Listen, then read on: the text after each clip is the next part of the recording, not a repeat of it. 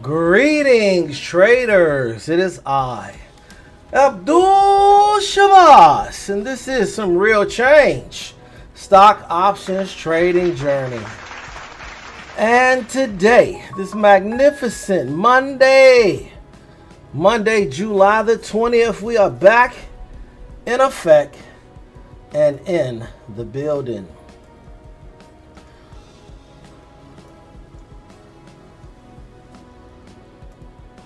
Seeing what today has to unfold.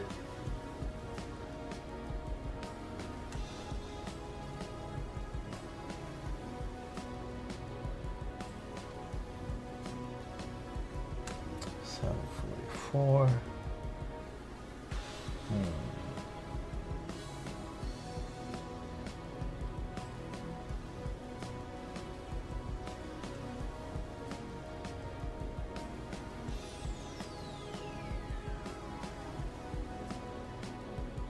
I like to take a put below the 744.90 area. Change that here, 744.90 area. 743 put, 744 entry. Believe we can take it all the way down to 740, 737.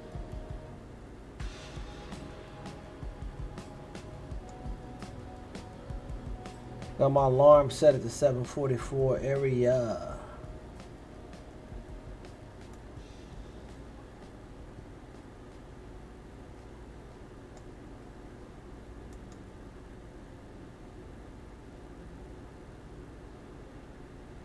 I'll get a market a little time to see what it does today.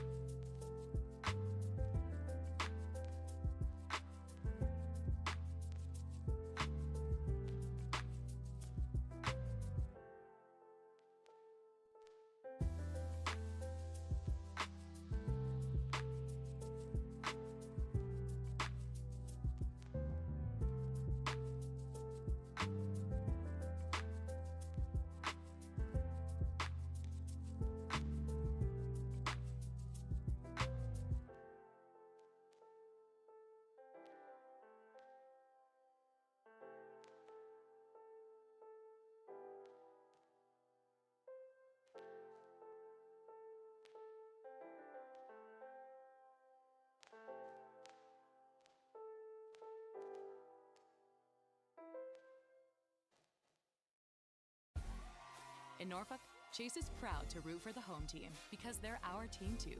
We cheer from the bleachers and on the sidelines.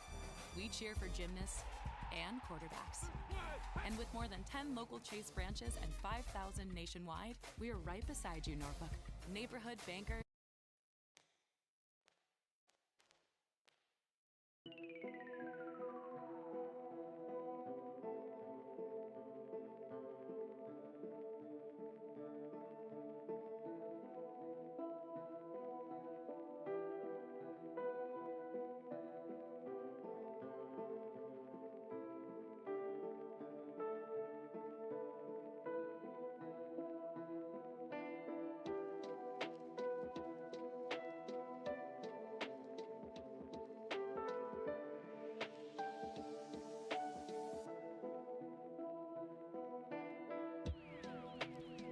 Don't have the ability.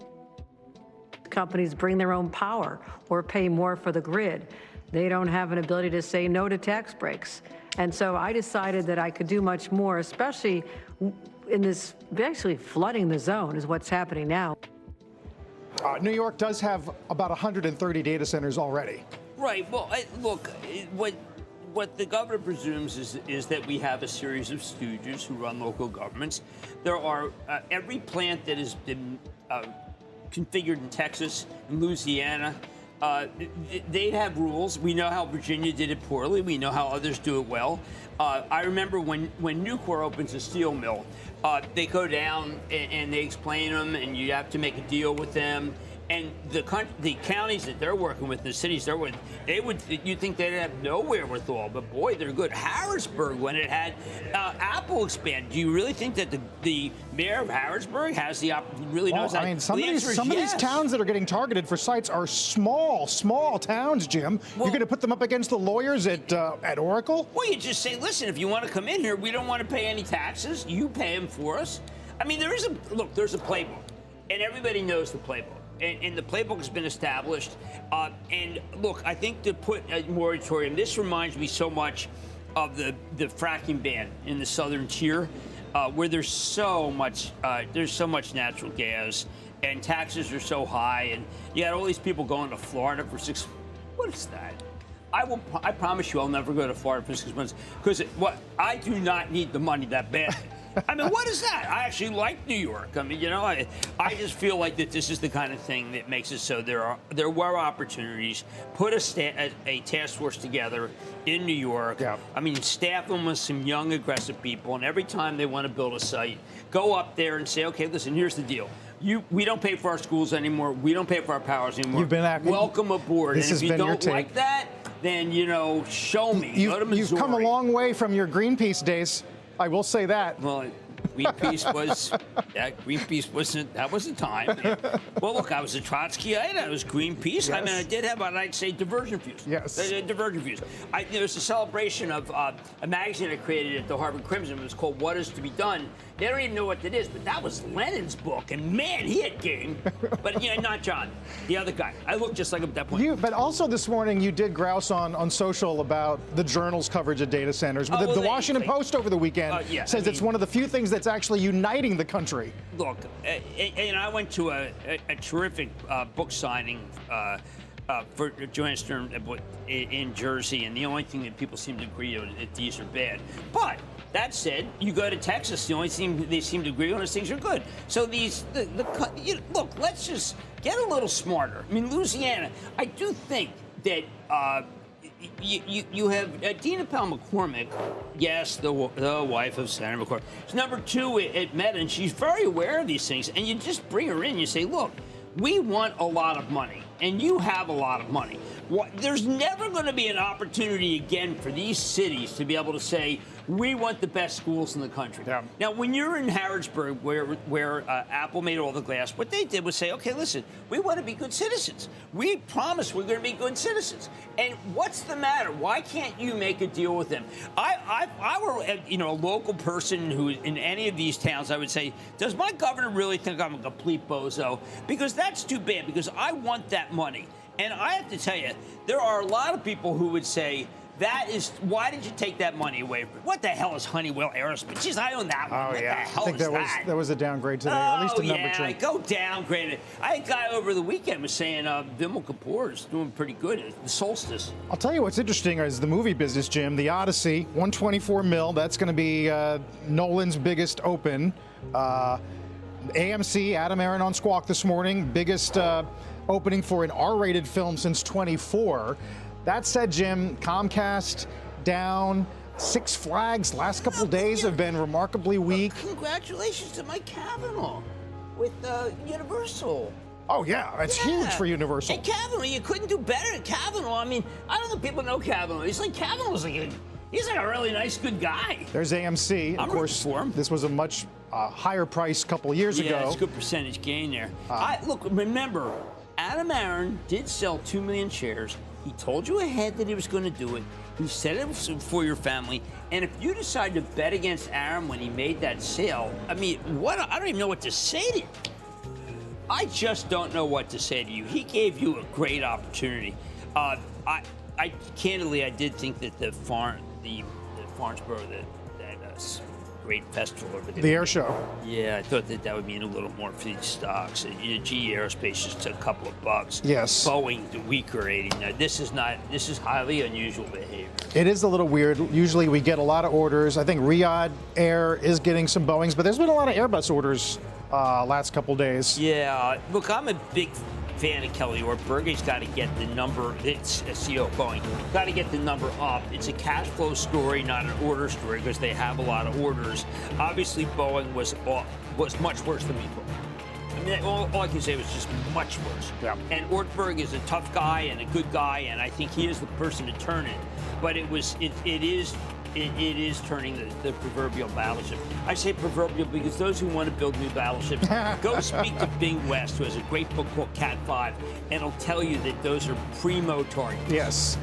Hey, we're getting some cheaper Patriots out of Lockheed. Yeah, thank you. But yes. we want the government, our Pentagon has a competition for the best drone. Yeah. And it's going to be low cost and most powerful. Yeah. That's very unusual for the Pentagon. That spread needs to narrow. I'm very excited about that. Tech is definitely leading today. It's the defensive sectors that are red. Well, today's a good day. My problem is that this SK Hynix is in control of the market. How can SK Hynix be in control of NVIDIA? That's crazy. Yeah. Watch bonds as well. Yields up across the board. Data calendar is going to be kind of light until jobless claims on Thursday and PMIs Friday, but we'll get some LEI in about 12 minutes.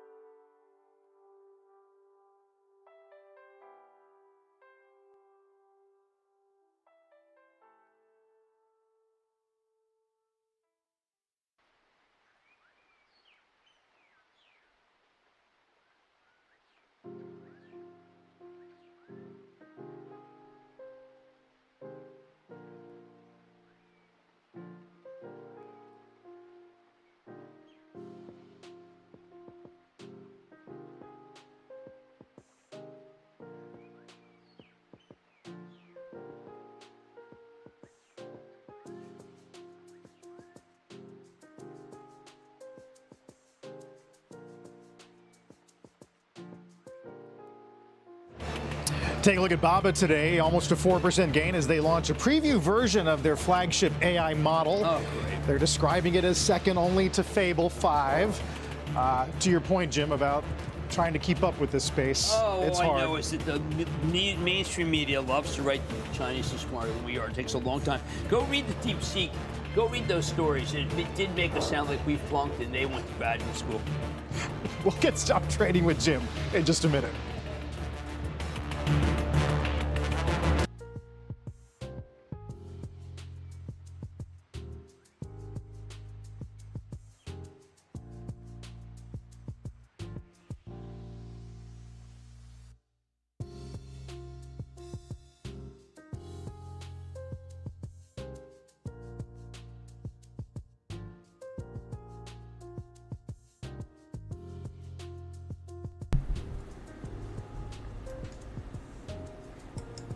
Trying to clean my charts up a little bit now. This is my trading view chart.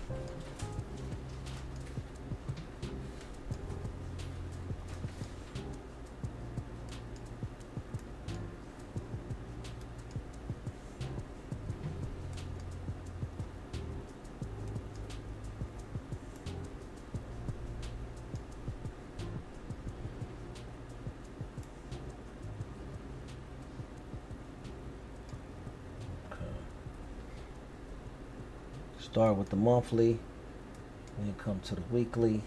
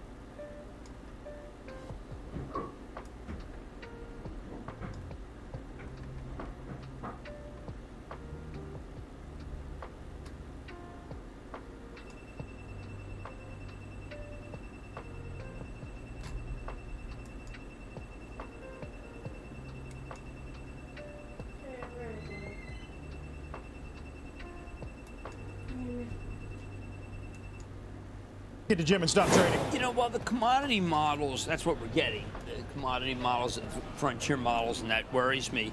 I look at a company like Urban Outfitters. I mean, here you got a Goldman upgrade. Dick Hayne has done a remarkable job there. He's an old hand.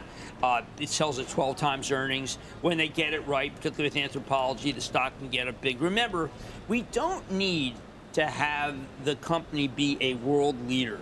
We just need percentage gains. That's what we're in for. Long-term percentage gains. And if Urban Outfitters get it right, it can have a multi-year move by the way, Hayne will tell you. I mean, he says, listen, we're at a multi-year move. So that's fashion, but he feels like he's got the right thing. And I don't have to worry about commoditization frontier models. I mean, frontier models. It reminds me of the old Carson. I don't know if you remember in the highlights, Frontier Briss. I mean, wow, I just have had enough. Yeah. I want these stocks to be great. And I sit here and I say, oh my God, you gotta be kidding me. Who said something negative about Seagate? And in the meantime, if AMD goes up 4, you're like, whatever, I'm focused on something else right now. I own NVIDIA, and I own Intel, and I own Corning. And I really do like those, and I'm going to do those through thick and thin. And I obviously own Apple. But I just feel like I just can't own these stocks where I pick up my thing and I say, oh my God, I can't believe I'm down so much. Jim, it's going to be a busy week. Yeah, oh man, I can't wait. We'll chop some wood the next few days. Yes. We'll see you tonight. Thank Mad you. Money, 6 p.m. Eastern Time. Split market to start the week. S&P up about 28. Don't go away.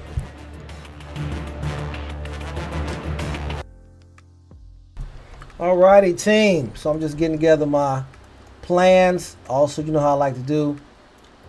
I like to do a little diagram to show you exactly where I want to buy in at. So I'm highlighting these areas as well right now. Showing you the areas that are interest to me. Again, I like to put below 743.2 area of a surety. Might even get a little early at the 744 break, as that is a turning point for the month.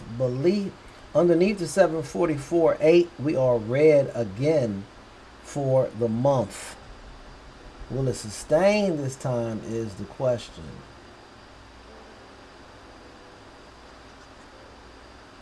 The market right now is still up, but is experiencing a little bit of a sell-off across the board right now. I'm going to continue to be patient myself. Let these alarms I have get triggered, and then I will be ready to possibly make a trade.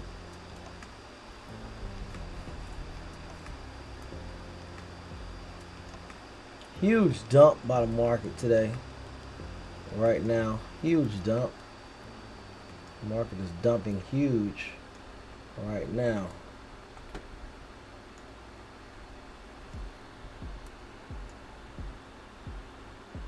Jesse Swanson is in the building, as well as Dr. J. Shout out to you both.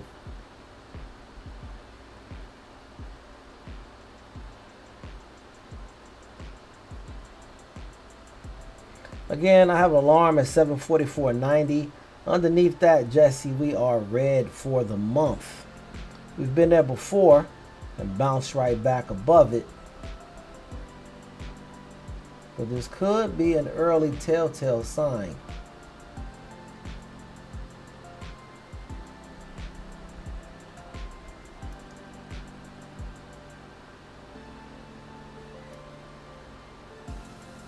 I'm going back and forth with my plans as far as taking a put below the 744.80. I like to see a break and retest to turn this area from support into resistance.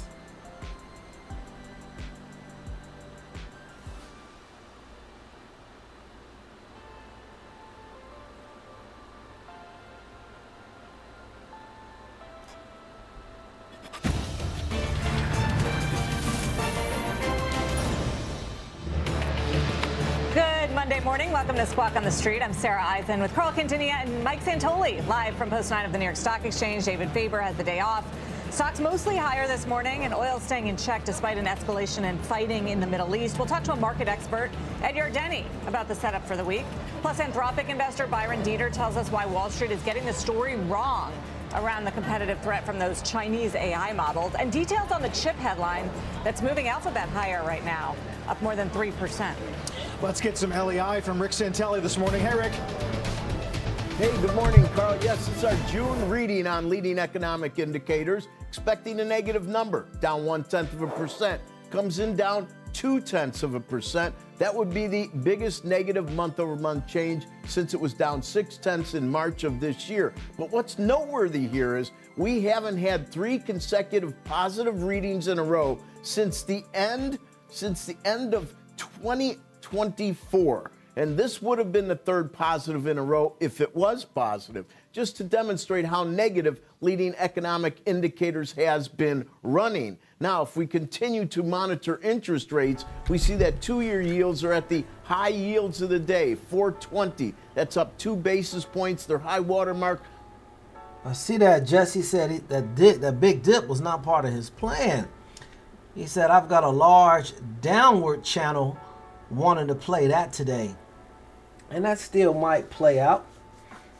But just still a little bit early too. It's Monday, it's early. The market is still green for today, but it is experiencing a little bit of a sell-off right now. Let's just be a little bit more patient and see what this turns into. Starting to look very interesting though. Starting to look very interesting. Let me show you my diagram that I have here, Jesse, as you know I like to do. I definitely am interested in a put below that 743, but I might want to get involved earlier if that 745 can break and be used as resistance. We had a little sample of that going to the 15-minute chart, pulling that up from Friday's action. Again, this 745 was this white line I have right here. Underneath this 744.90, the market is red for the month. So Friday's action, we did go red. We had the retest. This was using it as resistance, turning the support to resistance, providing a great opportunity to take that short, using that monthly red candle now as your bias to continue in that short. After that retest, right down to the 743. Beautiful basis. If you held on a little bit more, no problem. But that 743 was the basis. No need to hold that over the weekend, as the market did jump up 5 points all the way from that 743 to the 748.50 where we began. Beautiful drop in the last 30 minutes, but the market is now starting to gain some traction. Better look out for those early bears, as they might be used as liquidity. Definitely a little bit of a waiting game right now. Just happy to be back. Happy to be sitting in this seat. Happy to be talking to you, teammates. And we will see how this unfolds. Again, I got my alarm set at 744.90 because I'm interested in that area. Because again, underneath that, we go red for the month. But will it hold? Will it act like Friday and turn that into a resistance area? Which only time will tell. Thank you guys so much for tuning in. I'm going to hop back on here in about 20 more minutes. I'm going to give this market some time to do what it does. Strong, but you know, the second half of the year will need so more grateful discounting. for you guys being here with me, though. Big shout out to you guys. Out of the system in the European system in the second half of the year, particularly by our competitors who are losing money hand over fist, copiously losing money, and can't compete with all these low prices. So they're fine, but their competitors are losing money hand over fist. I think obviously it shows the vulnerability in Europe, maybe more so than the U.S. They're big, obviously, oil importers, and also the vulnerability of these airlines. Although U.S. airline stocks are down like 15% this month. So obviously they had a nice run when they recovered, and they came in. Just that other transports have been pretty strong in contrast to airlines. And I'll just give you one more chart that I thought was really relevant to keep in mind. If you know, you're not seeing the overall market sell off because of oil prices, why? Well, here's a great chart from Bank of America. It's a little hard to see, but it shows you that energy is less of an impact than you think. Here's a look at energy costs as a percentage of total operating costs by industry. Obviously, the energy industry at the top is the most, right, in terms of how much they pay in cost. But if you look, everything from tech to publishing to media to food and tobacco, I mean, very small percentages, like less than 5%. Apparel, less than 5% is the energy cost. So yes, this has some inflationary pressure, but not as widespread, maybe as you might think, if you look at it across industries. Utilities, transportation, and chemicals are the biggest industries that have the most energy costs. So that's where you would look for the inflation and the cost to rise there. But, you know, across a lot of the consumer space in the U.S., and maybe this is why the consumer was a little bit resilient, energy costs aren't as big of a percent as total operating costs, certainly as they used to be. Yeah, margins can handle it. Although, and then, you know, as we always talk about, I mean, the S&P 500 is like 50% an AI CapEx index. It's and labor. Only 5%. Yeah, of course, in terms of operating costs, only like 5% outright consumer cyclicals beyond I think Amazon. It's just a little bit reassuring that it might not be as much of a consumer shock as maybe originally thought. Yeah, it kind of helps explain why, you know, the macro is pretty calm at this moment. Let's talk more about the market action, the interplay with the earnings in the economy. Ed Yardeni, president of Yardeni Research, joins us. Ed, good to see you. Good morning. Thank you. Good morning. So talk about the setup here. I mean, on the one hand, we have earnings coming through really beating very high expectations for the most part. You also have, this kind of tech rotation within the sector. At the same time, the S&P 500 has been capped for a couple of months here. What's your read on what's really going on? Well, we have a lot of rotating and correcting going on in the market. The S&P 500, as you've been pointing out, has been kind of flat, very calm since May 14th, when we first got to 7,500. Well, we're still basically at that level. So calm at the surface, but below that, a lot of churning around, a lot of rotating and correcting. But I think when you add it all up, what you really get is a broadening market. The small caps have done extremely well. Some of the sectors that have lagged, like healthcare, has really picked up. The financials also kind of stalled out a little bit there. I mean, when we were in June, I called it the June swoon, but now it's kind of looking like the summer stall. And that'll probably continue through August. I think we'll probably still be around 7,500. And then I'm still thinking that the market will have a good rally at year end. That'll get us all the way up to 8,250 on the S&P 500. And the reason for that is what I call FEMO, fabulous earnings momentum. Earnings have really been amazing. Yeah, I mean, I think to get there, right, you want to add 700 points to a 7,500 S&P right now. You really do need the big groups in the market dominated by the tech story to re-engage on some level, I would assume. And I think a lot of the chatter coming into this week was maybe the momentum semi-trade has finally washed out and you've kind of reset there. And then, hyperscalers, maybe they look more reasonably valued. And so there's another bid to say that maybe the old leadership can reassert itself. Is that necessary? I think it helps for sure, but there's certainly some very large cap names in the financials and in the healthcare and in the industrials that could continue to do well. I think one of the problems we have here is AI fatigue. Everybody's kind of tired trying to figure out who's going to make money in all this. And so what you're seeing is the market rotate to companies that everybody understands their business. Everybody knows what Cat does. Everybody knows what Eaton does. Everybody knows what Schlumberger does. So, even the energy stocks obviously are doing better in this environment. I think between energy as an overweight, healthcare and financials and industrials, which is where we are recommending overweighting, I think the market could make new highs even if the information technology and communication services kind of just market perform, which is what we're expecting.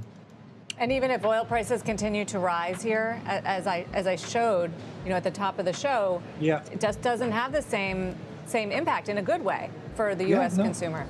No, it's a great point that you made, and it's a point that we've been making as well, that the energy efficiency of the United States has increased dramatically over the years, and even the impact of gasoline on consumers. Maybe it still depresses consumer sentiment, but we Americans are amazing. When we're happy, we spend money. When we're depressed, we spend even more money. So we see the price of gasoline go up, we get depressed and say, let's go on a trip, let's fly somewhere. Now, Ed, you still think that we shouldn't assume that the Fed is on hold sort of indefinitely here? I mean, the market is still leaving room for perhaps a hike or more later in this year. But what have we seen recently that still makes you think they're in play? Well, I think when you, again, look, sometimes you got to look below the surface on the stock market. You also have to look below the surface on the CPI and PPI. And once you do that, take out energy and some other kind of one-time factors, there's still a problem on the inflation side. We're not at 2% on a year-over-year basis in the inflation rates. So a few Fed officials have continued to make recent speeches after the FOMC minutes, after the FOMC meeting, suggesting that they're on the hawkish side. They want to maintain their credibility as inflation fighters, and under Kevin Warsh, he's made it very clear that the number one commitment the Fed has is to price stability. So they may feel that they have to demonstrate that not just by talking hawkish, but delivering maybe one rate hike. We thought it could have happened in July. It's still not. It's still on the table, I think.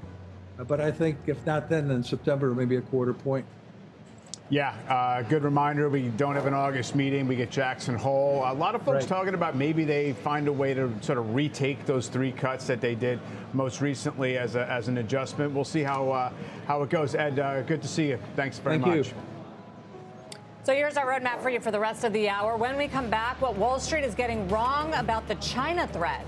Anthropic investor Byron Dieter making his case next. Plus, Google Hire as the company reportedly works on a new chip to boost efficiency for its AI models. Those details are next. Later on, a big interview with Gavin Baker from Atreides Management ahead of a make-or-break week of tech earnings. Squawk on the Streets back after this break.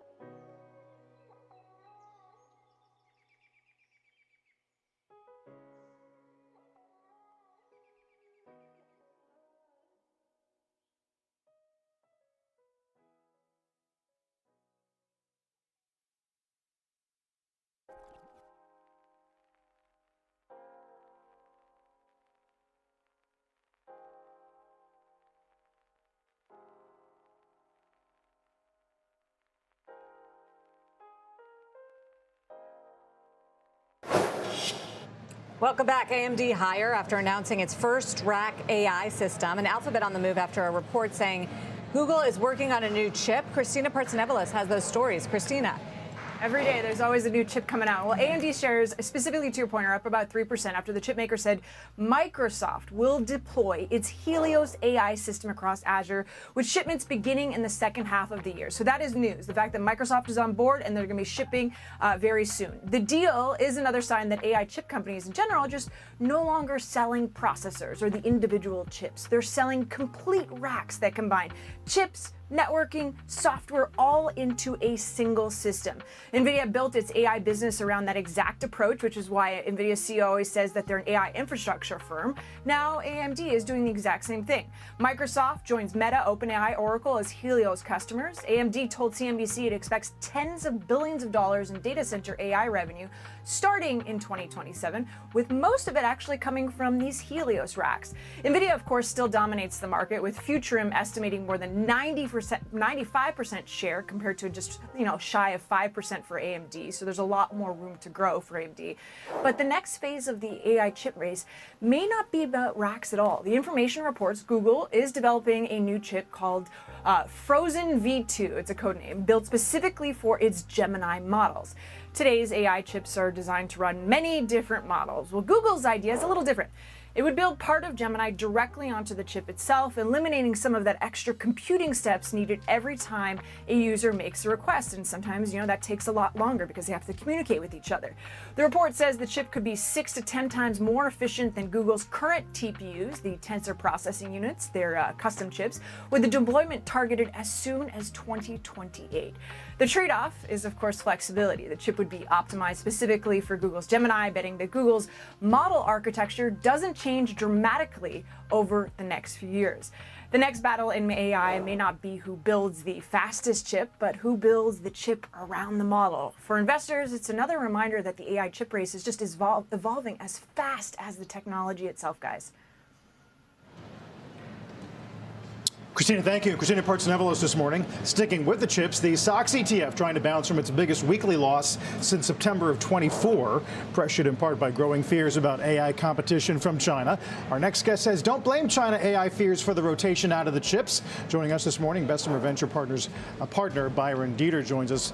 B, it's great to have you back. You do think this notion that corporates swarm into these cheap Chinese models is overdone? I think that's very much the case. I do buy the rotation argument that people are doing a little profit seeking after the epic run-up that the hardware stocks have had here. But this notion that Chinese models are suddenly going to crater demand and change these cost curves, I think it is totally misplaced. A model like Kimmy's a fine model. It's memory intensive and slow, but it is performant. However, what people miss is that the open source story isn't going to be different this time than it was in cloud, which is they'll take some demand pressure off, they'll put some pricing pressure on various parts of the market, but whether it's Kimmy or DeepSeek or one of these other dozen open weights models, they're going to find their place in the ecosystem. But corporate America is not going to chase fractions of pennies per token and embrace Chinese technology for their most critical data assets, market needs and product needs. I just don't see that story playing out, and I think the frontier models are going to continue to lead as they have for the last many years. So because the models, A, are not as good, or B, they don't trust them, or C, they're not allowed to? A combination of 1 and 2 first, which is to say that these models have solid performance, certainly when you put in a price curve, but when you overlay this to the overall price performance, especially with the memory input here. And then you include the fact that it's almost certain these will be proven to have been trained on distillation attacks on the U.S. models, as time and time again they are. It's going to go to number 2, which is corporate America is predicated on trust, data security, and collaboration with their vendors. The same reason that you have these tight relationships with the leading software and hardware companies today, that's going to continue. You are not going to see Fortune 1000 that are moving their data assets, their business intelligence, their employee records onto these systems. Think of the blow-up we had over TikTok and the sensitivity of dance videos and consumer data. You roll that forward to corporate assets, and it's just not going to play. And so I do expect number 3 is going to happen as well. There will be some level of regulation to manage this so that the dumping on pricing that China's trying to do and the distillation attacks and the IP theft and the model competition won't be pervasive throughout our economy as we're trying to drive our own AI industry and make sure we continue to have the lead here. But even if the American corporates don't necessarily all shift over to Chinese models, Byron, it ultimately does put pressure on the prices of these tokens. There's already, I think, a lot of pushback that you're starting to hear from corporate America on just how expensive these tokens are from the Anthropics and OpenAIs. I see it as taking some pressure out of the system because the frontier models themselves have said they can't keep up right now with demand. And so you're going to have low edge use cases. You're going to have early startups. You're going to have experimentation and test budgets that are finding their way there. And then you're going to find that the leading companies, as they get more supply online and back to the data center story, they're going to be able to walk the prices down on their models pretty quickly. You will also see that you've got sovereign models emerging and other open weights models emerging in our allied nations, the European West and India and Canada, that will also be competitive. They absolutely will have a part of the ecosystem, a role in the market. It's just wildly overblown in terms of what people think the impact downstream will be on the leading models and on the hardware stocks. Those cases are preposterous. Byron, the fact that you mentioned that there is this continuing inability to meet demand by the U.S. Model builders means that, and that's just been the prevailing takeaway of this whole disruption story, which is they're just going to have to spend more and for longer on the hardware food chain and build more compute, and that's the way it's going to go. And that's why maybe the semis are up today and you have the whole food chain is actually getting a bounce today. But is that net bullish longer term for OpenAI and Anthropic if in fact they're on this perpetual treadmill of having to spend and raise capital to do that? Where are the profits going to settle out in this ecosystem? So I think you're seeing it attacked from multiple sides, which is, the introduction of chips, which you were just covering from AMD, and the progress of TPUs. You're going to see evolution in the models and architecture where they get more leverage. But you also see the unit economics of these models, and that's the story that I don't think the average viewer follows, is if you think of these as a cohort basis and a model release and profitability in that model, the unit economics are actually quite compelling. It's that when you stack these on top of each other, you're buying forward capacity because you're going to be training the next model and building the next wave of inference and the release there. And that's where the CapEx goes. And so they stack on top of each other. And so the profit story of these and the margin profiles of these leading frontier models can still be quite compelling and will be quite compelling. It's when you look at them in a product release cycle, like an iPhone, like a car, or like a software stack, where you need to map the cost dollars to the revenue dollars to then get the cash flows appropriately mapped. Byron, we spent the last few minutes talking about the build out and compute and bandwidth and token maxing and models. And I wonder if you are beginning to sense exhaustion around all of those topics from investors who think maybe I should just go buy Coke. There's definitely some AI fatigue. I mean, the earnings stories, even from some of the hardware adjacent vendors, are going to be AI washing over the next couple of weeks. But it's the macro trend, not just of this quarter, of this year, but frankly of our investing lifetimes. And so we're still in the early innings. I do think we're going to start to see people continuing to sell some of the inputs and the data center and the semi stocks that have had historic runs. Those won't continue. We still will have good years ahead, but I think people are going to start rotating to buying some of the outputs and the applications and the businesses that benefit from the cheaper inputs. And that's where you're going to see some of the other sectors of tech, software starting to have more of a run. Some of these other areas that are the beneficiaries of this AI build out being that next great wave. And this trade's going to persist not just for decades, or not just for quarters, but for years ahead as we're early in this decade run. Do you just reject the idea that these frontier models are going to be commoditized? In other words, they're just going to be more widely available, lower cost, more mass adoption, not necessarily competitive with their model superiority? I would answer the question or frame it in a different way, which is Amazon Web Services sells a lot of commodities at massive margins and great free cash flow. I think the frontier models are going to commoditize themselves in the sense of highly valuable inputs at reasonable prices. They're going to lead the cost curve down themselves. They're going to release subsequent models and walk their prior models down in pricing in a way that has an option for everyone when they have the compute capacity to do that. And it will make these models at lower prices, lower tiers, readily available for the majority of the use cases. And then the leading companies are going to want the leading tech at the frontier edge for their most demanding business processes, and I don't see that demand slowing anytime soon. But is one going to be better than the other? I think we're going to have this continued cat and mouse game right now, and we're big Anthropic investors. The data shows they're in the lead. They've passed OpenAI. They are the world leader right now. I think that will continue for the foreseeable future, but I give a lot of credit and a lot of credibility to many of these competitors who also have great products. You talked about Gemini family of models earlier. They've done a heck of a job closing the gap and keeping up, and I think the market's going to benefit from competition, just as we do from Google Cloud and Azure and Amazon Web Services on the, I think the cloud computing analogy holds here. I think we're going to see the concentration of a handful of great products that walk prices down and compete openly and very powerfully, and consumers and applications and enterprises are going to benefit immensely from that. Yeah, that does explain why the build-out race has been as intense as it's been, because everyone's sort of envisioning that day if and when it comes. Byron, more later. Good to talk to you as always. Thanks. Always a pleasure. Have a great week. Byron Dieter. All right, up next, Domino's higher on the back of quarterly results and an upbeat outlook helping to lift those shares. Plus, AMC stock also higher. We'll look at that quarter and the opening box office numbers for The Odyssey. And later, Circle just receiving the green light to operate as a bank. Its CEO joins us on that and the latest on the Clarity Act. Stay with us.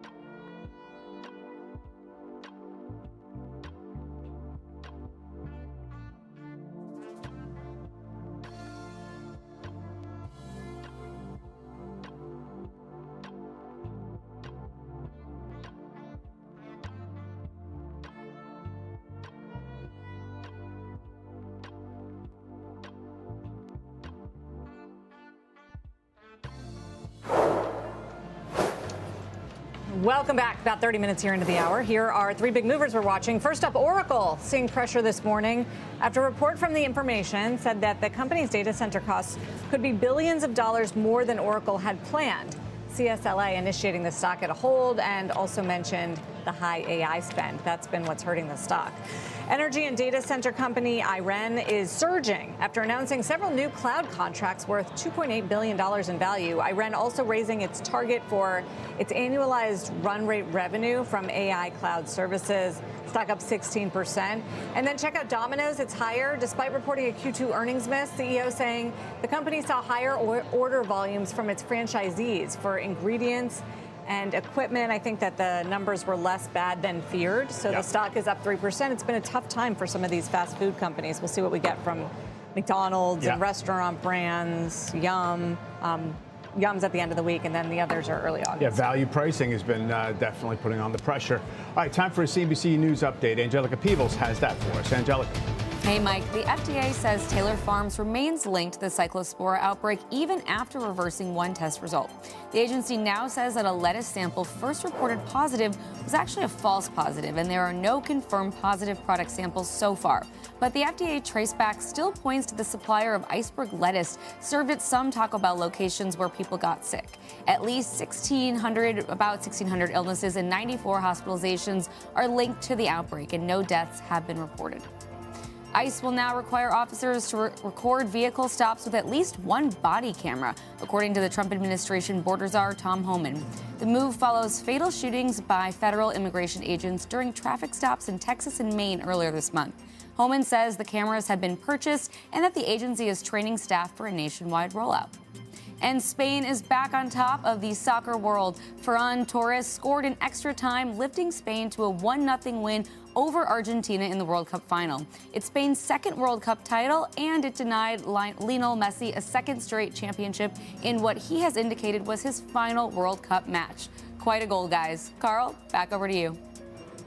I mean, when Messi at the end sort of stood before the wall of Argentina fans, you know, who worship the temple of Messi, and he was emotional because of his last World Cup. That was it was really quite a something. moment. So they may not have won, but you know, he was the star. Yes.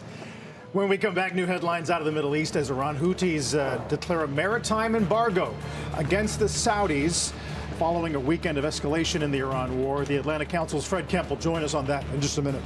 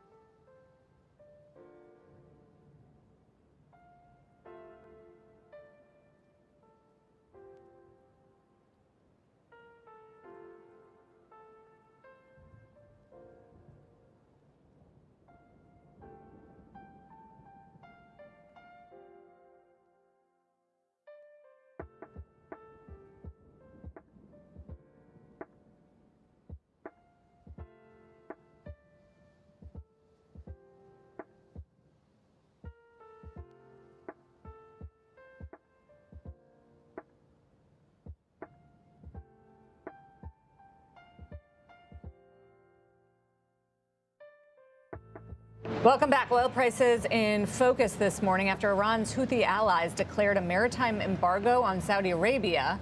This after the U.S. and Iran exchanged attacks over the last 9 days, with 3 U.S. service members killed over the weekend. Let's bring in Fred Kemp, president and CEO of the Atlantic Council, to try to figure out, Fred, what happens next. Where do you think we are right now? Well, Sarah, look, what's happened is President Trump has decided that the Iranians are not going to accept the memorandum of understanding he wants them to accept, particularly focused on the opening of the Strait of Hormuz. And so he's going to bomb them. And and this is now the 9th day, hoping that through that he's going to degrade what they can do to disrupt the Straits of Hormuz and ultimately force them back to the table. The problem is neither side has an end game here. I guess the Iranian side is a battle of wills. We'll be able to wait this out. American politics won't be able to stick through this. But they're not winning. Only in some strange alternative universe can you call this victory when your military is eroded, your proxies are eroded, they can't really hurt their neighbors in the way they did, your nuclear capability is eroded. But for them, the triumph is that they're still on the playing field. Yeah. And the U.S. can win every military exchange, but still not get the political outcome it wants, which is a political solution that the region and the U.S. and Israel can accept. So we're in this battle of wills at the moment. Yeah. I mean, it's well said. Why can't the U.S. wipe them off the playing field? I mean, it is clear that it is becoming really difficult to make a deal with them. Yeah, so I've talked to people who've been involved in negotiations from the White House, and they're frustrated. They feel that the Iranians have turned down good deals that were helpful to them. They feel as though you have a political leadership that's negotiating this, but you have an IRGC that can still be the spoiler and attack at any point that the political leadership doesn't agree to what they want. That's not entirely true because, of course, there's overlap between the two of them, but that's the way they see it. And one negotiator actually said to me, if they're such great negotiators, why is it their people are so poor with all the resources they have, and the Emiratis and the Saudis are so rich? Well said. Okay, that's fine, but they're still on the battlefield. And I think unless you're willing to put boots on the ground, and not only are we not willing to, we're not actually structured to do so, then I think what we've learned is military tax alone can't bring down the regime. You still have a 1 million person army. You still have a strategic apparatus that doesn't seem anywhere near collapse. All of which we've underestimated the administration, I think, has underestimated their staying power. I mean, is there a breaking point? I saw their currency, the rial, is at a record low against the U.S. dollar, which I think reflects the economic pain there of the sanctions, of the pressure on their economy. Is there a point where it's too much? You would think there would be a point when there's too much. You would think there would be a point where the public would also go into uprising and say, you know, this has just gone too far. But the regime's ability to absorb pain is a lot greater than we thought all along, and the public doesn't seem to be in an uprising mood at the moment either. So I think the U.S. strategy has to aim at one of two things, either to bring about a capitulation, but that's not going to come without a lot more military attacks than we're even doing now, and including perhaps some boots on the ground in some places. If it's not capitulation, then what you have to do is you have to have the pain great enough that the Iranians at least would be willing to accept a peace that would be acceptable also to the United States. So the second part is what we ultimately are going to have to get to. I think one of the most confusing things, and you alluded to this, is who is in charge in Iran. Are the same people that want to negotiate and come to the table with the president and his team, the same people that are putting out the news statements that they haven't agreed to anything, are the same people that are attacking ships in the Strait of Hormuz during a ceasefire? Like, who's in charge? Look, there's a debate among experts that and some people actually think that there's a growing coherence of Iranian leadership.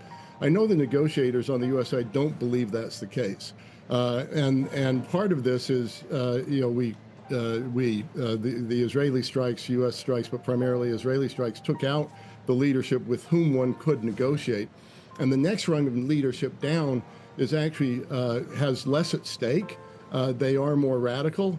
They have less assets, less say real estate than some of the people who had been in charge for a long period of time. The other thing you can't lose sight of is the aim was never to just defeat Iran. The aim was to bring about a more integrated, more peaceful, more moderate, more modern Middle East.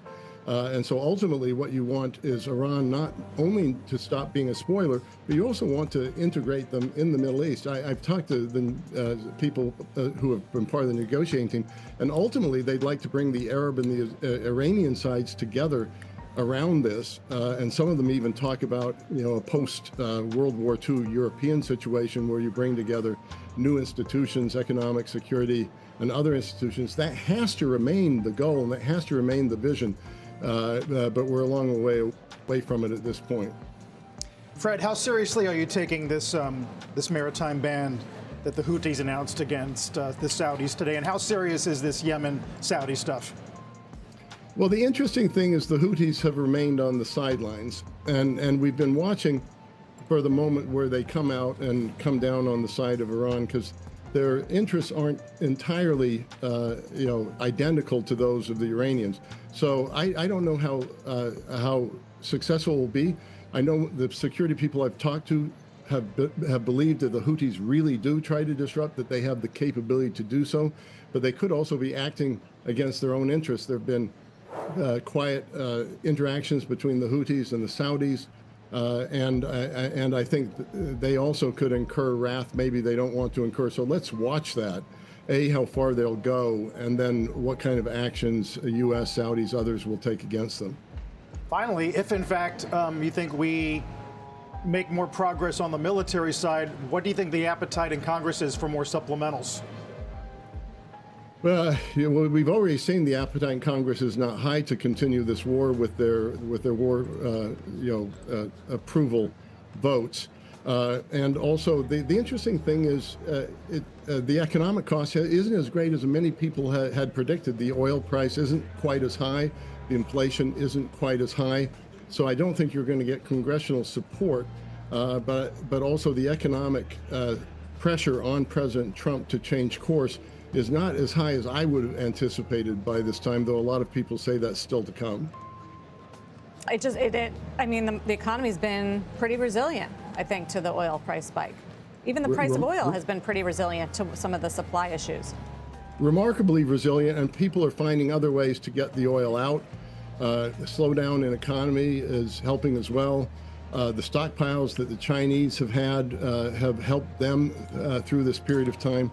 So I've been talking to people like Kristalina Georgieva from the International Monetary Fund, who think the real crunch comes November, December, if we're still in this kind of situation, where next year you could even be staring at a global recession of one sort or another if things don't get sorted out by November or December. And so, yes, we've borne this pain a lot longer than anyone thought. The prices aren't as high as people thought. But the longer this goes on, the more one's really playing with fire in terms of the global economy. I would say ultimately the U.S. economy. How this will affect midterms and where the economy is around October, November has got to be something the Trump administration is looking at. Yeah, and what do you see on that front? I think President Trump is less focused on that than he is on getting what out of this, what he wants to do. I think the people around him are focused like a laser on the midterms. I think at this point, if you look at the next 4 to 6 weeks, they really want to bring this to the end for the next 4 to 6 weeks so that you go into September with some sort of agreement where the economy is on the upswing going into September and October ahead of the midterms. All right, we'll see. Well, I guess we'll see whether that can happen or not. Fred, thank you very much for joining us with the insight. Thank you, sir. It's good to hear from you. Fred Kemp from the Atlantic Council. Still ahead this morning, we're live at the Farnborough Air Show in England with the CEO of Beta Technologies, companies working to develop electric takeoff and landing vehicles. Later on, Atreides Management's Gavin Baker, one of the earliest investors in SpaceX. You might remember him with us on the day of the IPO to weigh in on some of the recent declines in those shares later this morning.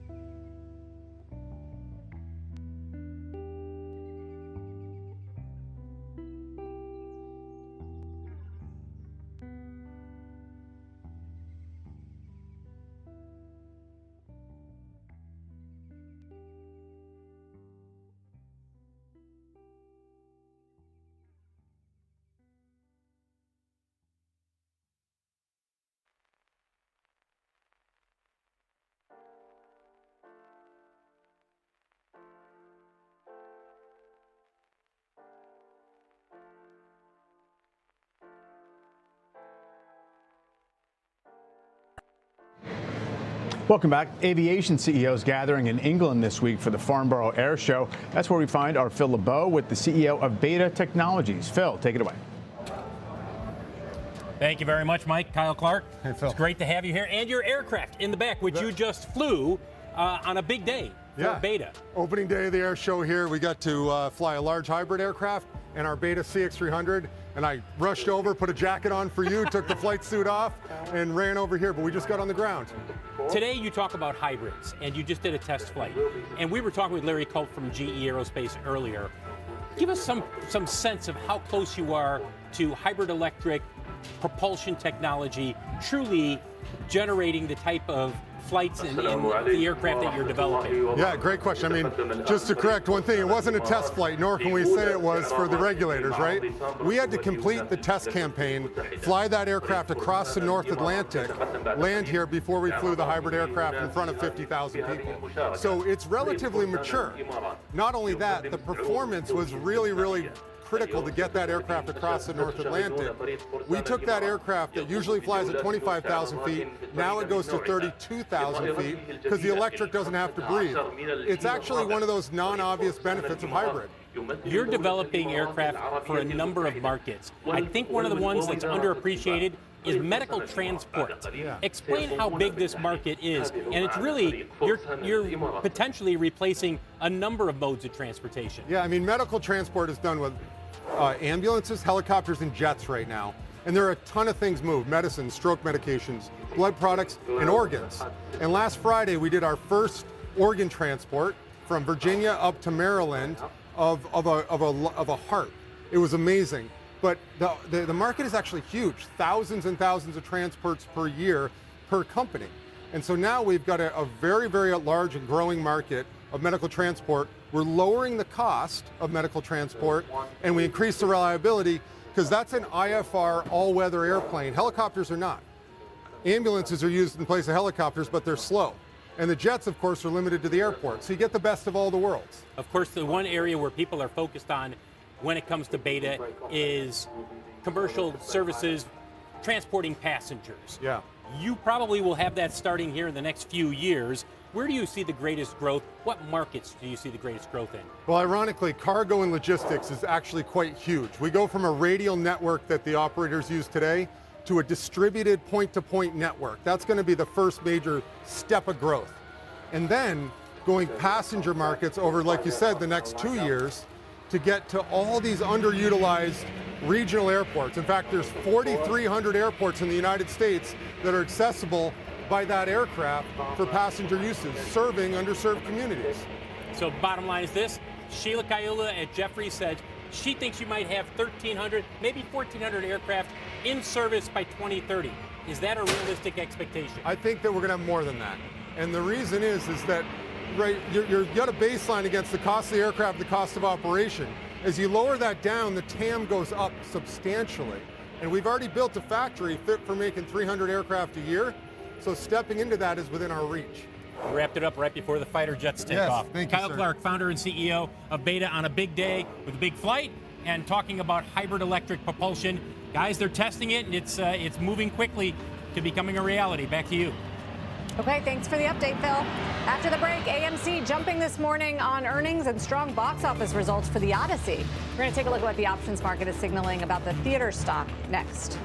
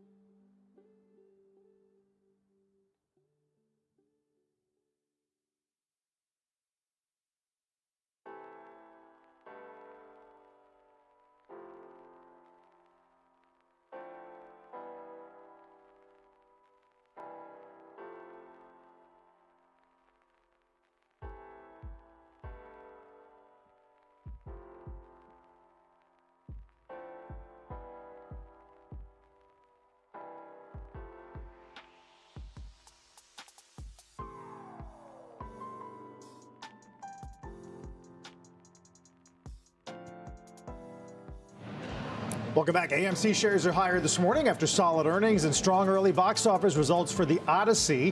Let's get to Oliver Rennick at Cboe in Chicago with a look at what the options market is signaling today. Morning, Oliver.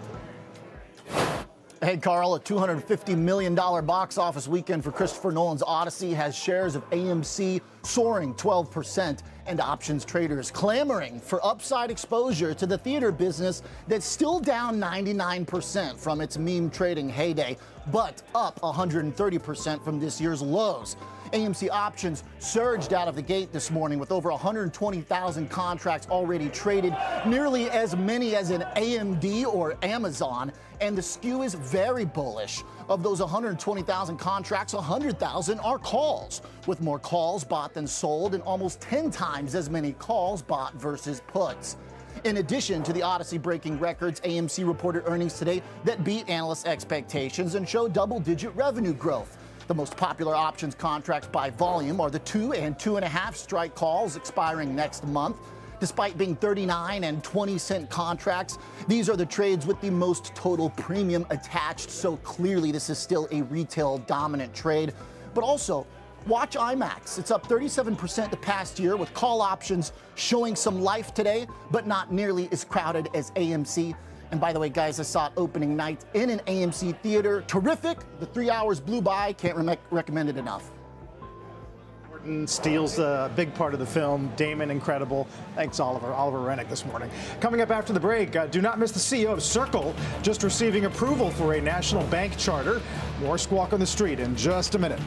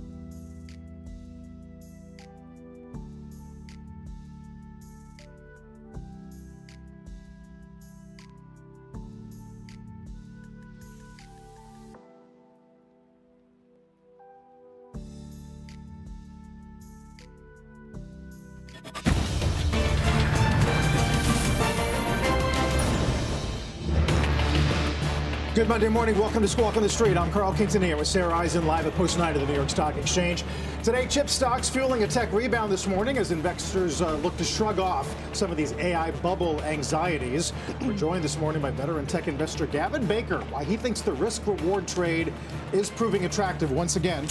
Plus, a landmark crypto market bill, the Clarity Act, remains stuck in the Senate. Circle CEO Jeremy Allaire will join us to discuss the future of crypto and stablecoin regulation and a lot more. Electric air taxis getting a war makeover. Archer Aviation unveiling a new aircraft co-developed with defense tech startup Anduril. And the company's CEO will join us later on this hour. Pretty decent turnaround in tech after the NASDAQ 100's been down 3 straight days, trying to avoid a fourth, which it has not done so far this year. A little bit of a rise in yields, 10 years back to 510 almost. Let's begin with the latest developments on the war with Iran. Our Eamon Javers joins us now. Morning, Eamon. Yeah, good morning, Carl. Houthi leaders in Yemen this morning declared a maritime embargo against Saudi Arabia, which they said will be effective immediately, threatening one of the alternate routes for oil out of the Middle East. The Houthis, who are closely linked with Iran, have threatened to close the important Bab al-Mandeb Strait, which is a route that the Saudis have used to divert millions of barrels of oil each day through a pipeline to the Red Sea. Now, if the Houthis are militarily capable of enforcing this embargo, and it's not clear yet if they are, this could close another crucial global oil bottleneck. Meanwhile, the Pentagon has identified 2 of the American soldiers killed in Iranian strikes over the weekend. First Lieutenant Tyler James Feehan, 25, of Ua Beach, Hawaii, and Private Isabella Gonzalez, 19, of Carrollton, Texas, were killed in strikes on U.S. forces stationed at Mufaq Salti Air Base in Jordan. Speaking to reporters last night, President Trump said he feels very badly about the deaths of the U.S. service members. He said they died on a mission to ensure Iran does not get a nuclear weapon. And CENTCOM said it conducted a wave of strikes against Iran at 7 p.m. Eastern last night, marking the 9th consecutive night of attacks. The military says the strikes will continue degrading Iranian military capabilities used to attack commercial vessels and civilian mariners transiting the Strait of Hormuz. So for now, diplomacy seems to have run out of room. As Iranians said over the weekend, they were suspending their commitments on the Memorandum of Understanding between the United States and Iran due to this ongoing military action. But Secretary of State Marco Rubio also said last night that the U.S. is always open to diplomacy. So we'll see where this goes, guys. Back over to you. The Journal's top story is Iran war mediators push for traction on a new ceasefire. So are there discussions happening or not? It's so hard to tell what that side wants. Yeah, it seems like there are two messages coming out of Iran, right? I mean, on the one hand, they are fighting. On the other hand, they're sending these sort of diplomatic overtures. And sort of you could say the same thing about the United States. You know, continued military strikes, but also you see these diplomatic overtures. Marco Rubio and others saying, you know, we can go back to the negotiating table at some point. But when you see the Iranians tearing up the Memorandum of Understanding, at least rhetorically, over the weekend, you do get the sense that we're sort of back to square one here. And a lot of the diplomacy that happened over the past couple of months is just water under the bridge at this point. So where do we go from here? Can they get negotiations back on track? Is there a deal somewhere to be had? You know, all of those are unknown questions right now. Okay, thank you, Eamon. Eamon Javers in Washington. For more on how investors are navigating the latest around Iran and everything else right now, let's bring in Neuberger Berman Private Wealth Managing Director Holly Newman-Croft. And it is worth noting that Holly just came in at number 3 in this year's new Barron's list of the top 100 women financial advisors. It's a great article in Q&A. Congrats and welcome back. Thank you. Good to be here. So what are you telling your clients as we go into the second half with, you know, last week was a bumpy week as you saw what happened when these chip stocks don't work? You know, we're not telling our clients anything different. The story has stayed pretty consistent. The first half of the year, we expect it will stay consistent the second half of the year. There's a lot of uncertainty in the market. That means there's a lot of volatility. And so we've got to navigate that volatility. And it all goes back to investors and clients looking at their asset allocation and making sure that their risk profile. All righty, team. I am back in the market. Did dip below that 745 area that I was interested in. Now, when I bring over my trading view chart, you can see that it is getting closer to my entry area of that 743.2 area that I am looking to put in that 743. But I told you guys I wanted to see the market then come back and use this 745 area. Go ahead, let me blow it up on the 5-minute chart. I want to see us use this now as resistance. We got to break down from it. We'd like to see us come back up to it, use it as resistance, and then come back down. And we very well did get that happen right here on that 11 o'clock candle. However, looking at the overall general consensus right now, that 30-minute is a little bit indecisive. The 30-minute chart is indecisive. It is a doji right now. A decision has not been made. So I will not be entering that short right now. This is still the area, but also looking at the 5-minute chart, each of the last 3 candles have wicks on them. Tails on them, showing you that the bulls are rejecting lower prices from the bears and buying the market up. Each of the last 3 5-minute candles has tails on them, showing you that there are bulls hiding in this area and they're buying the market up at this area. So this is not a great place or a safe place to enter my short just yet. Still remaining patient. I'm still here. Thank you guys for still being here. I'm still in the background. We are still allowing the market to do what it does. However, we will reset our alarm now at the 743.7 area. And that's pretty much the area that I would like to potentially look at. Once again, as I show you on my trading plans, I'm looking at that 743.2 for an entry. I have an alarm at the 743.7 right now currently. Thank you all for tuning in. This is Abdul Shabazz for some Real Change Stock Morning Show.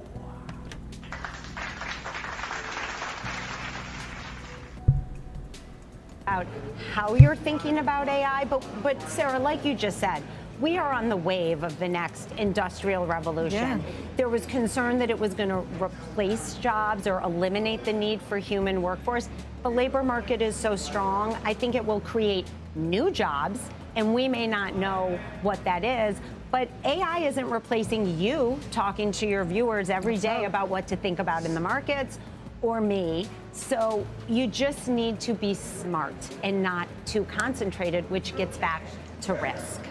So if you are going to leaven out a tech or an investing basket, you mentioned financials. I mean, that's probably been the best reaction to earnings so far. You know what's interesting, though? Banks came out last week. They surprised hugely on the upside.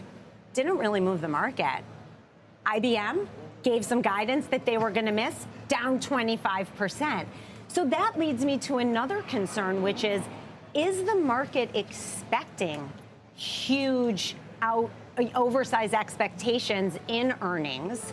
And if we don't get it, what's the risk? Because earnings is so concentrated in a handful of companies that are driving the market up, and one misstep could have dire consequences, short-lived, but again, that contributes to the volatility.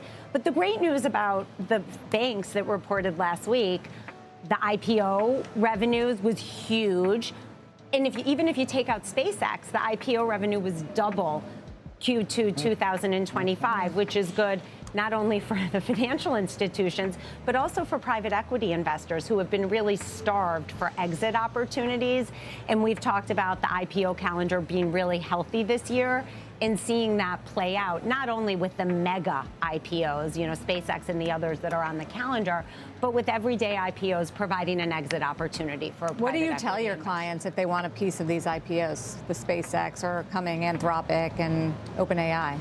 you know, they're going to have exposure to those companies through the changing rules in the indexes, not in the S&P, but we talked about that last time I was here. It was right before the SpaceX IPO. So they're going to have exposure. And again, you have to look at the concentration risk and how much exposure do they have and how much exposure do they have in the fixed income portfolio that they're maintaining as well. So these companies are going to continue to drive the market. We continue to be constructive on the U.S. market, on markets in general. Neuberger just came out with their Q3 views. We went a little bit underweight international developed. We're concerned about the dependency on energy. In Europe? In Europe, slow growth in Europe. Maintaining an overweight to emerging markets. There's a lot of AI opportunity there that doesn't have the same valuation that we see here in the United States. But in emerging markets, selectivity is really, really key. So unlike the U.S. large cap space, which is very efficient, I think emerging markets does require active management and real selectivity to capitalize on that. And finally, I just wanted to ask you what the sentiment levels are like of your clients, who they are, and what their sort of level of bullishness is right now about the market. So my clients tend to be ultra high net worth, taxable investors, endowments and foundations which are tangential to that. And I think sentiment is positive. People aren't as worried as maybe I might be, but I'm not so worried. I just want to be responsible. We are investing for our clients irreplaceable wealth, and they're unlikely to create it again. So my job is to make sure that we grow it in a responsible way without taking too much risk, without putting them in a position of having to change their lifestyle, if it's a foundation or endowment, not be able to give as much as they otherwise could. So we're rebalancing client portfolios more often than we have in the past. Some clients are paying taxes. Some clients are giving more to charity to avoid those taxes. And we're just continuing to balance the risk and reap the rewards. Okay, Holly, always good to have you and check in with you. And congrats again on the new rankings. Holly Newman-Croft, Managing Director at Neuberger Berman Private Wealth. Coming up this morning, CEO of Circle's with us. That's after the company recently received approval to operate as a trust bank. Plus, we are going to talk to the early SpaceX investor Gavin Baker about SpaceX potential Starship launch coming this week after a delay, the threat of Moonshot AI's Kimi models for OpenAI and Anthropic, and a lot more. We'll be right back.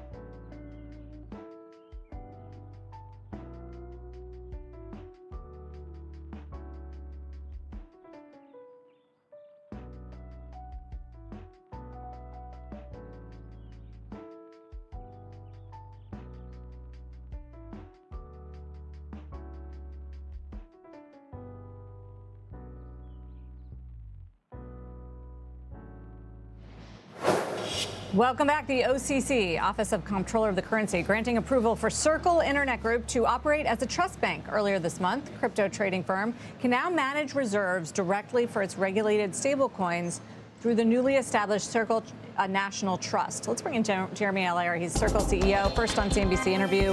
Welcome. It's good to have you. Thank you, Sarah. So talk about what this milestone means for you, getting the bank license. I mean, look, for a very long time, we really believed that we needed a regulatory framework for these new digital dollars, that we could build a model for fully reserved, not fractionally reserved, fully reserved dollar digital currencies.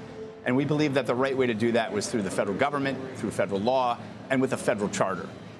There are a lot of steps along the way. We had to build a regulated digital dollar. We needed to see the Genius Act passed into law, which now stipulates that a large issuer like Circle needs to be regulated by the OCC.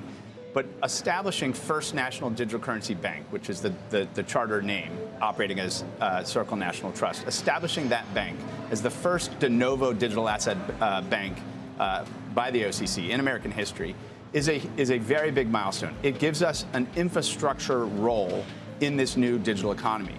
As a national trust bank, we can custody digital assets, stablecoins, other tokenized assets, and it gives us the infrastructure to manage USDC directly as the largest regulated digital dollar in the world. So but a lot of people thought that was what the Genius Act did, and what the Clarity Act, which is, I don't know if it's going to pass or not, is going to do. What? Well, the Genius Act set the federal law. Under the federal law, a large stablecoin issuer must be supervised by a national bank regulator like the OCC. So we need to fit into their glove, as it were, and the right way to do that is as a national trust bank. And so we are basically conforming with the law, which will go into effect in January of 2027. So the implementation really requires us to evolve our own kind of fiduciary and regulatory apparatus as well. So then next steps are? Well, I mean, look, right now, we're in my view, still the very early stages of the stablecoin market. It has really been a market that grew out of the digital asset trading market. It's now becoming a market for payments. It's now penetrating capital markets with major capital markets firms. But once the Genius Act goes into effect in January, every major institution, every major bank, every capital markets firm, payments companies, enterprises, public companies can all now build on this infrastructure, treat it as digital cash in the economic system. And that's a huge opening up. And that's why, analysts, look at this from $1 trillion to several $1 trillion in the coming years. So we're at the start. And so for us, it's getting the infrastructure right, getting the regulatory infrastructure right all around the world, getting the technology right, and then building the right global partnerships as well. So has it been a challenge? We were talking earlier about whether the street understands the story. Has guidance been a challenge for the street? Well, look, as a newly public company, a lot of people pay attention to what's happening with stablecoins, how many are there, et cetera.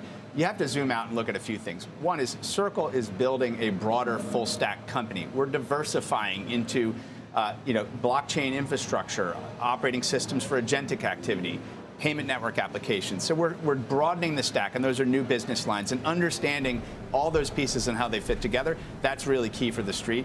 And then secondly is this transition from the kind of world of team. And that's exactly why I said we needed to be patient, because as you can see, the market price has reclaimed that 745 area. As I showed you earlier on the 5-minute chart, how those last candles did have tails underneath them, showing that the bulls were buying up the lower price. And it was for that very reason that I told you I was not going to go short right now, but instead I put another alarm at the 743.7 area. And in fact, the market has reclaimed the monthly strength for the bulls. So again, I will not be shorting right now.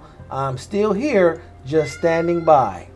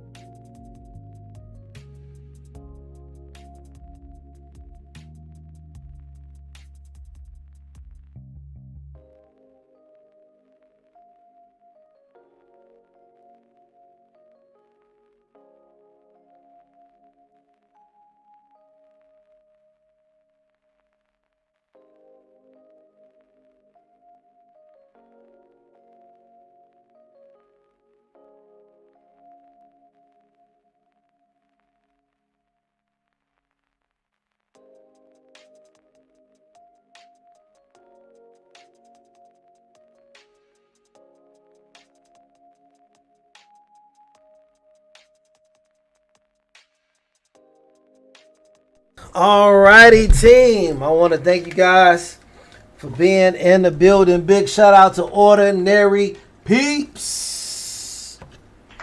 Big shout out to Joe Gold in the building. Jesse Swanson. Ordinary Peeps says, "Well, you MIA." Welcome back. Thank you, Joe Gold. Yes, guys, I just stepped off and went into the sea. Now I'm back on land trying to get this money. You know how we do it. But again, remember, like I said, my area was at 745, and here we now come back to it. I have a new alarm at 743. I will monitor this for the rest of the day, but I'm going to go ahead and step away from the charts right now and will now be operating by my alarm.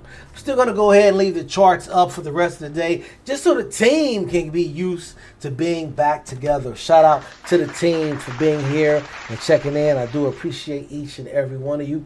Look for me again starting tomorrow at 9:15, and I'll go over what I'm looking at, where I plan to get in, where I plan to get out. Just a quick recap for you. Here it is again on the Trading View chart. Not just telling you, but also showing you. Here's the diagram. Interested in a call above that 746, continuing there. Interesting in a put below the 743.5 area. You can see that right now we have a little bit of indecision, as well as these tails indicating that the bulls are buying lower prices. Definitely not an area to short, and I'm not convinced to go long. So what are we going to do? Absolutely nothing but sit here and pay attention. That's all we're going to do. We're not going to give the market anything to take from us. Again, here are my plans in the written form. Interested in that 743 area. Believe we can take it all the way down to 740, possibly 737 this week. Thank you all for joining. I look forward to being with you again tomorrow morning, inshallah. Bye for now. We'll roll some video here. This is a new aircraft you developed in conjunction with Anduril, your partners on this. This is specific to military applications, correct? Yeah, so it's actually a dual use platform that will have both a defense application as well as a civil application. As the eVTOL industry put a lot of money and time and effort over the last few decades building a low-cost vertical lift platform, it became obvious that there would be defense applications as well, and that's the aircraft we built with Anduril and announced today. When you look at military, industrial, cargo, commercial passenger, there's a lot of areas where you're working either alone or with partners, developing possibilities. Which market do you think takes off first? Is it military? Well, the core civil platform of the aircraft we call Midnight has been really in this process for almost a decade now, and we're at the final stages of the certification process, and that plane is really starting to get a lot of traction. But the defense applications have become really critical to the U.S. and its allies, especially after we've seen the conflicts really just grow. And the applications we can bring in the defense world are quite impressive and very much needed for the warfighter. And so we're very excited to be partnering with Anduril to do that. And I do think it will be a huge market. And to get to the point of the military market, defense, you don't have to go through the certification process that you do for commercial. That's right. So this is an autonomous aircraft that we're building that has the ability to be fielded when the aircraft can show that it can meet the performance, and ultimately, of course, when their customers ready. So you can fast track a lot of these platforms and leverage the core building technologies that we put out there over the past decade directly into a defense application. What do you say to the investor who says, look, we've been hearing a lot about eVTOLs for a few years now, and I'm not sure when it pays off? When does that investment pay off? What do you say to those investors? Well, hardware is hard, and certainly investing in hardware and aviation is not for the faint of heart.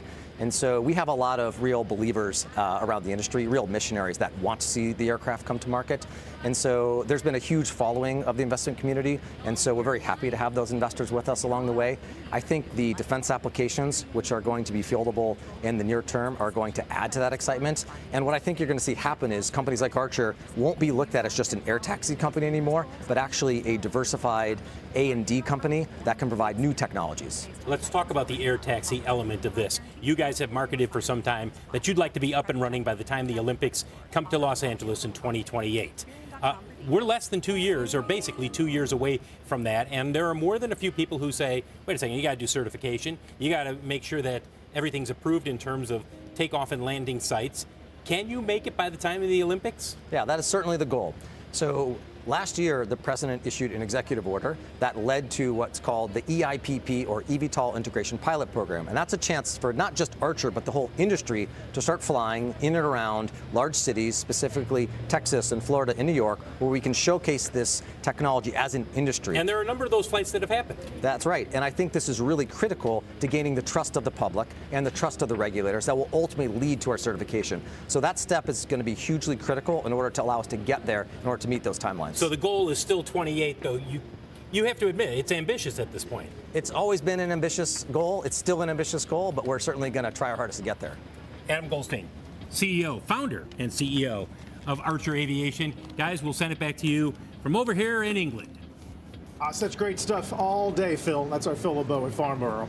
Still ahead, Google's DeepMind CEO taking his AI watchdog pitch to Washington, meeting with lawmakers today and tomorrow. We'll discuss his plan for AI regulation after the break.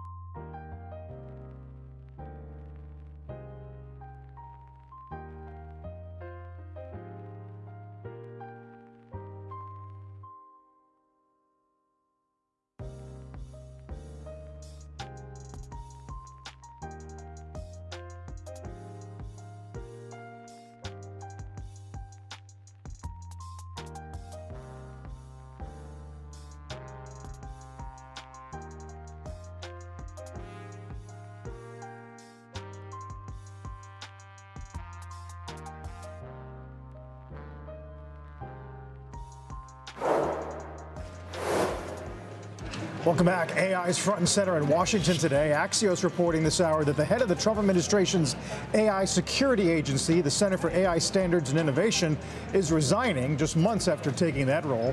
Meantime, the CEO of Google's DeepMind speaking with lawmakers today and tomorrow about regulating the growing technology. Our Mackenzie Sagalos joins us with more on that. Morning, Mac. Hey, good morning, Carl. So Google DeepMind chief Demis Hassabis on Capitol Hill this week to argue that Washington needs something more permanent than today's voluntary reviews at the Commerce Department, right as the person who leads that team is resigning after just 3 months on the job, according to that Axios report you just mentioned. Now, Google's vision for how to regulate the industry is a FINRA-style watchdog, federally overseen, industry-funded, and empowered to test the most advanced models for national security risks before they're released. Now, Hassabis is taking that proposal to a mix of lawmakers, including Congressman Jay Obernolte, who's based out here in the Bay, and a key architect on bipartisan AI legislation. The White House moved in this direction last month with the new executive order on AI, but Hassabis wants a permanent body that could eventually make model approval a precondition for entering the U.S. The push comes as both Washington and Beijing impose increasingly protectionist and often improvised limits on foreign access to cutting-edge AI. At the same time, DeepMind is struggling to get its own LLMs out the door. The next Gemini Pro release is delayed, and senior researchers have left the team just as Chinese models gain ground, with U.S. businesses and new releases from Moonshot AI and Alibaba narrowing that capability gap. But Google shares moving higher this morning on a report that it's trying to ease the compute crunch with a specialized AI chip that could run Gemini up to 10 times more efficiently. But compute, that is only part of the problem. 3 people familiar with DeepMind's operations tell me the bigger bottleneck here is really organizational, multiple layers of approval, too many decision makers slowing down launches, leaving Google technically competitive but often beaten to market. Guys? So are there any restrictions on U.S. corporations using Chinese large language models? I mean, you showed the chart showing that it's growing, it's cheaper, they're getting faster and better technologically, but are there any rules around it? At this point, no. And that's why it's been this vertical line up since April when we really migrated into this anti-token maxing phase. Now, 45% of token use among American companies, at least according to this OpenRouter data, is from these Chinese open source models. And so Axios is reporting that Commerce, and that's really the body that is regulating AI at this point, is at one point was looking at putting some of these AI labs out of China on the entity list. That would make it a lot more difficult for U.S. companies to use it, but at this point, no. That is a remarkable chart. Takes you back to the DeepSeek moment and a reminder of the echo that we're getting these days. Mac, thank you very much. And by the way, Google, just one of the big names reporting this week, as we'll get them on Wednesday, in addition to Tesla and IBM and ServiceNow throughout the course of the week. Yeah, it really is a week of earnings because very little on the macro data, and the Fed's in a quiet period ahead of its big meeting next week with a less than 20% chance that they actually raise interest rates. Let's see what the companies are saying about things like inflation and AI and the labor story, which has all remained good. I mean, we're still looking at more than 22% earnings growth for this quarter. Yeah. Meantime, bonds have been a little stubborn in the UK too, which we didn't really talk about as the market starts to get its arms around Burnham's policies. New prime minister. Yeah. Let's get to Leslie Picker in the half. Welcome to Halftime Report. I'm Leslie Picker in for Scott Wapner. Front and center this hour, the next test for the market. They were just talking about it with key earnings looming in the coming days. Our investment committee is standing by with the setup. Joining me for the hour, Joe Terranova, Shannon Zakosha, Steve Weiss, and Sarat Sethi. Let's get a quick look at the market. Midday, you got the Dow down about 0.2%, the S&P up about 0.4%, and the NASDAQ higher, up about 0.8% as we see some rebounding of the semiconductor names today. But as we mentioned, earnings, we're getting Alphabet this Wednesday. There are a lot of questions involving CapEx as we start to see the hyperscalers report. And I want to hear from the committee today about what you think happens with regard to CapEx in terms of a market reaction. Do you think at this point in time the market wants to see higher CapEx, lower CapEx, or just slowing growth of CapEx? Sarat, let's start with you.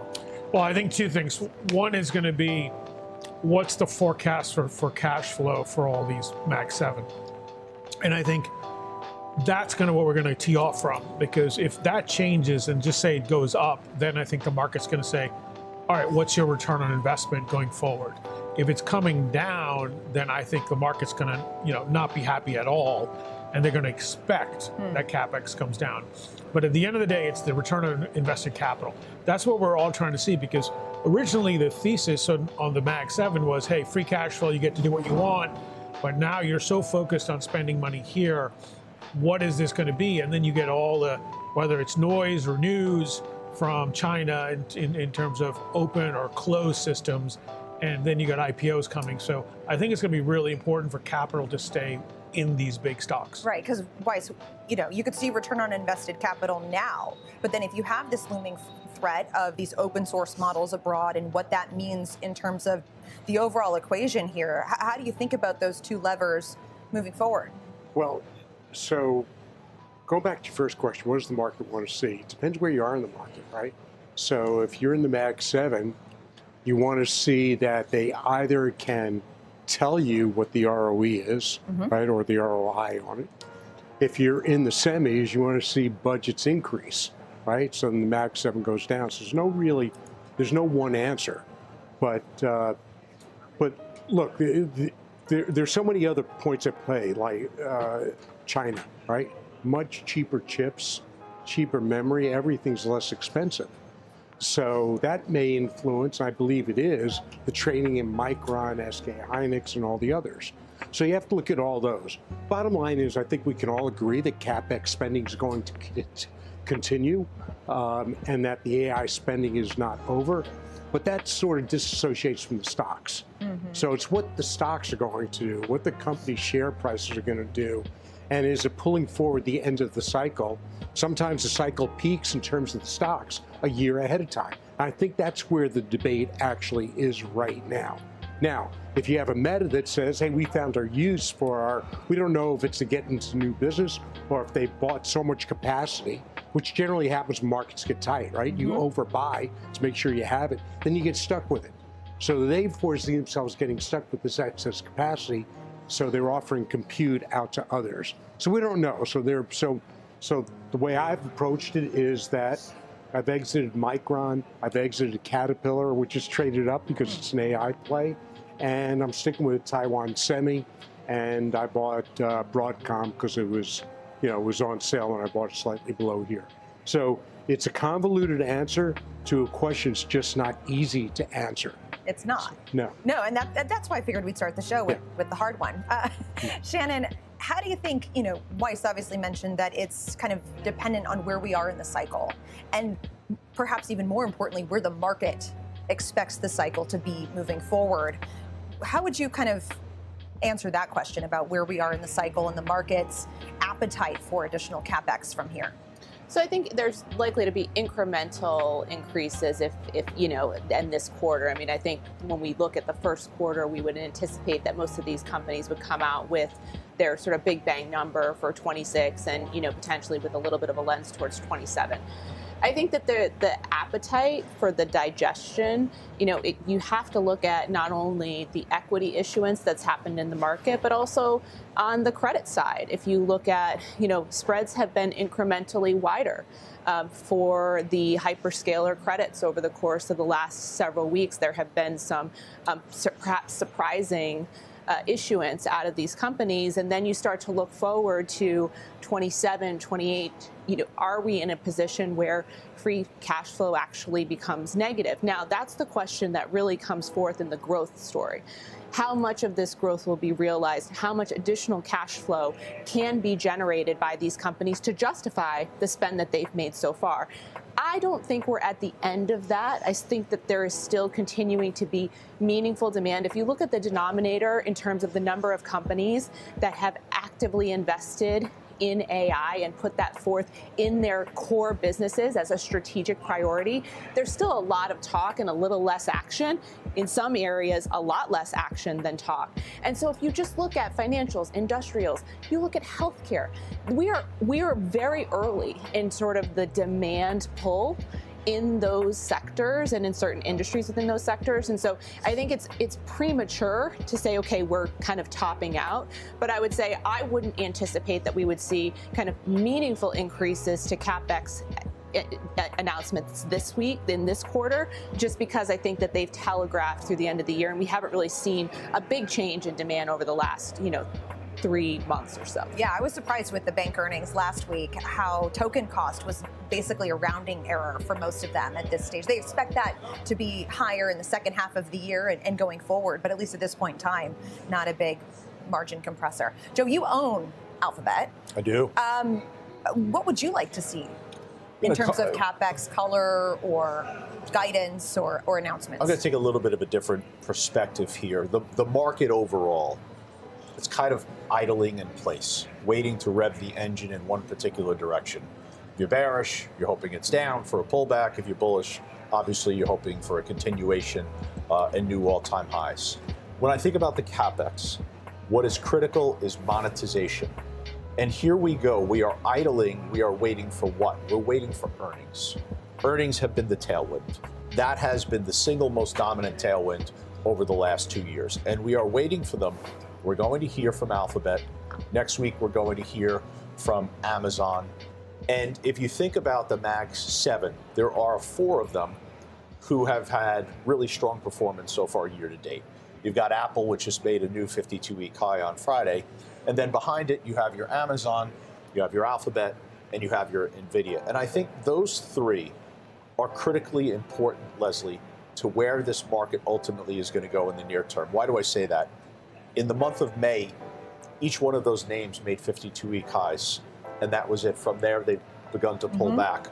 The S&P 500 could not continue to make new highs. Subsequent to that, June 2nd was the high for the S&P. So if earnings are going to deliver, you have to hear about one single word: monetization. There has to be monetization on the CapEx. Why did Alphabet make a new 52-week high in May? It was because Google Cloud was up 63% year on year. It's 3 straight quarters of acceleration. AWS, 28% growth rate. That was the fastest acceleration in 4 years. So that's exactly what you want to hear. You want to hear the proof point of monetization. You want to hear that it's real. Later on in the earnings cycle, we're going to hear from NVIDIA.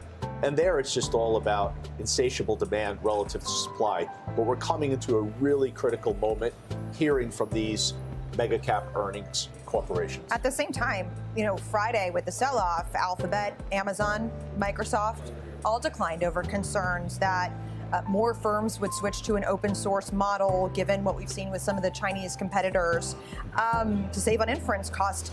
Do you think that kind of sell-off makes sense? I think Friday was a liquidity more than a fundamental sell-off.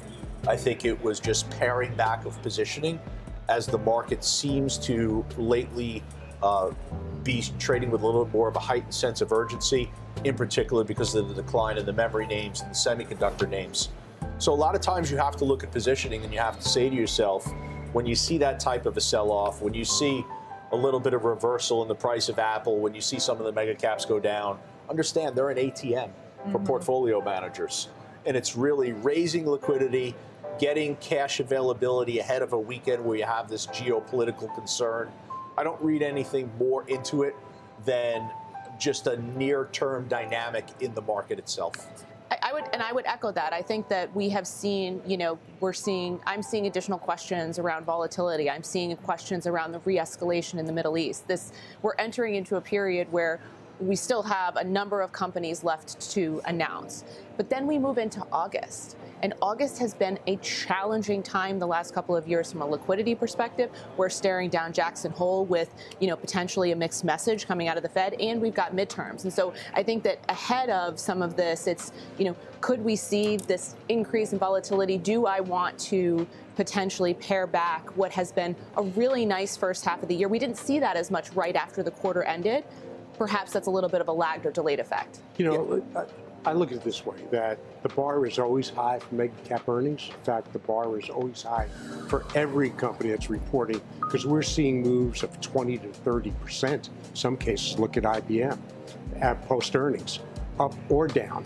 So my advice would be to make sure you like the companies that you own, make sure you know the companies you own, and own it through the quarters. Because as we saw, these stocks recover. We've seen it in every single cycle. They still, despite the debt that they're taking out to finance the AI expansion, they can cover that debt. Debt coverage is not an issue for these companies. They print mounds of cash. So just own them through the quarters. Don't get all worked up about them. Don't trade around them. Unless they get, for example, I've taken opportunities on Google. I think we all have, on Meta. on others to buy it if it gets significantly displaced relative to the fundamentals. So I think that's how you have to do it. Trying to guess what the quarter's going to be. There's so many levers they have to pull. How's cloud growth? How's ad growth, right? How's their spending? What's the ROI on the spending? So, you know, not all are going to come in as you want to see them. And I mean, news today, we had that Alphabet chart up. It's up about 2.5%. There is a report that says Alphabet is working on a new chip to enable its Gemini AI models to run 6 to 10% more efficiently. Sarah, what are you looking for on the conference calls as it pertains to China's moonshot, as it pertains to Alibaba's preview of Qwen? You know, what kind of commentary do you expect to hear on that front? I think in addition to the fundamentals, I mean, Steve was talking about cloud growth for all of them in terms of what's advertising growth, what are they looking forward to? I mean, that's still very important for these stocks, right? We're so focused on what are they going to do with their free cash flow. Where is their free cash flow coming from? So let's get back to fundamentals on that. But I think to your point on GPUs and all of them doing TPUs, what is your cost coming down, right? We're going to see efficiencies coming down, whether it's in memory, whether it's in semiconductor, whether it's data centers. Where is that cost going to be contained or improved or be more efficient? And I think those companies that have that advantage. The other thing that's going to be interesting to see is all these companies that are using all this compute, are you going to go to the open source with China, or are you going to go to a closed loop for security reasons, right? So that's also something that we need to understand, because this is all your data out there, and that's all the customer data, whether it's, you know, you're talking about businesses or you're talking about consumers. So that's kind of another thing to watch for, because you can have those moments on Friday and say, oh, this is a DeepSeek movement, here we go again. But in reality, what's really going to happen, or is just going to just make us all more efficient?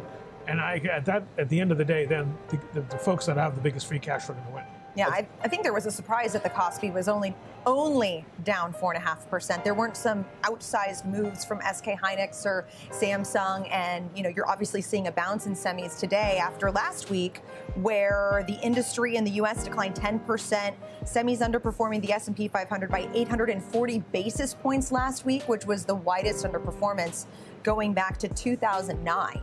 Well, memory and semiconductor and semi-equipment went parabolic, and we're just now moderating that extreme momentum that was embedded there. So we're seeing a significant sell-off. With that significant sell-off, let's bring the word rotation in the conversation, because everyone's talking about we made these it 14 rotations. minutes without rotation, though. Right, exactly. So Great point. kudos to us.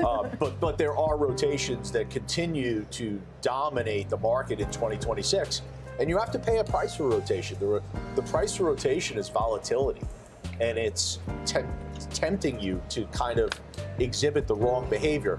I think it's important to understand that this personality of the market has changed because of what we've seen with memory and semi equipment, the fever breaking. I think the personality of the market is now wanting to pay a little bit more of a premium for the degree of safety. You have to ask yourself, okay, these Mag 7 companies, they do offer a degree of safety that I can't find in other places. I have yields rising back towards the high of the year. A 10-year is at 460. I think the high is 468. Mag 7 really doesn't care where yields ultimately go. Longer duration, semiconductors and software, yes, they do. So I think it's important, if they deliver here on earnings, to understand you may see capital push in that direction, but it's pushing in that direction not because the market's saying we want more risk. It's a risk-on element.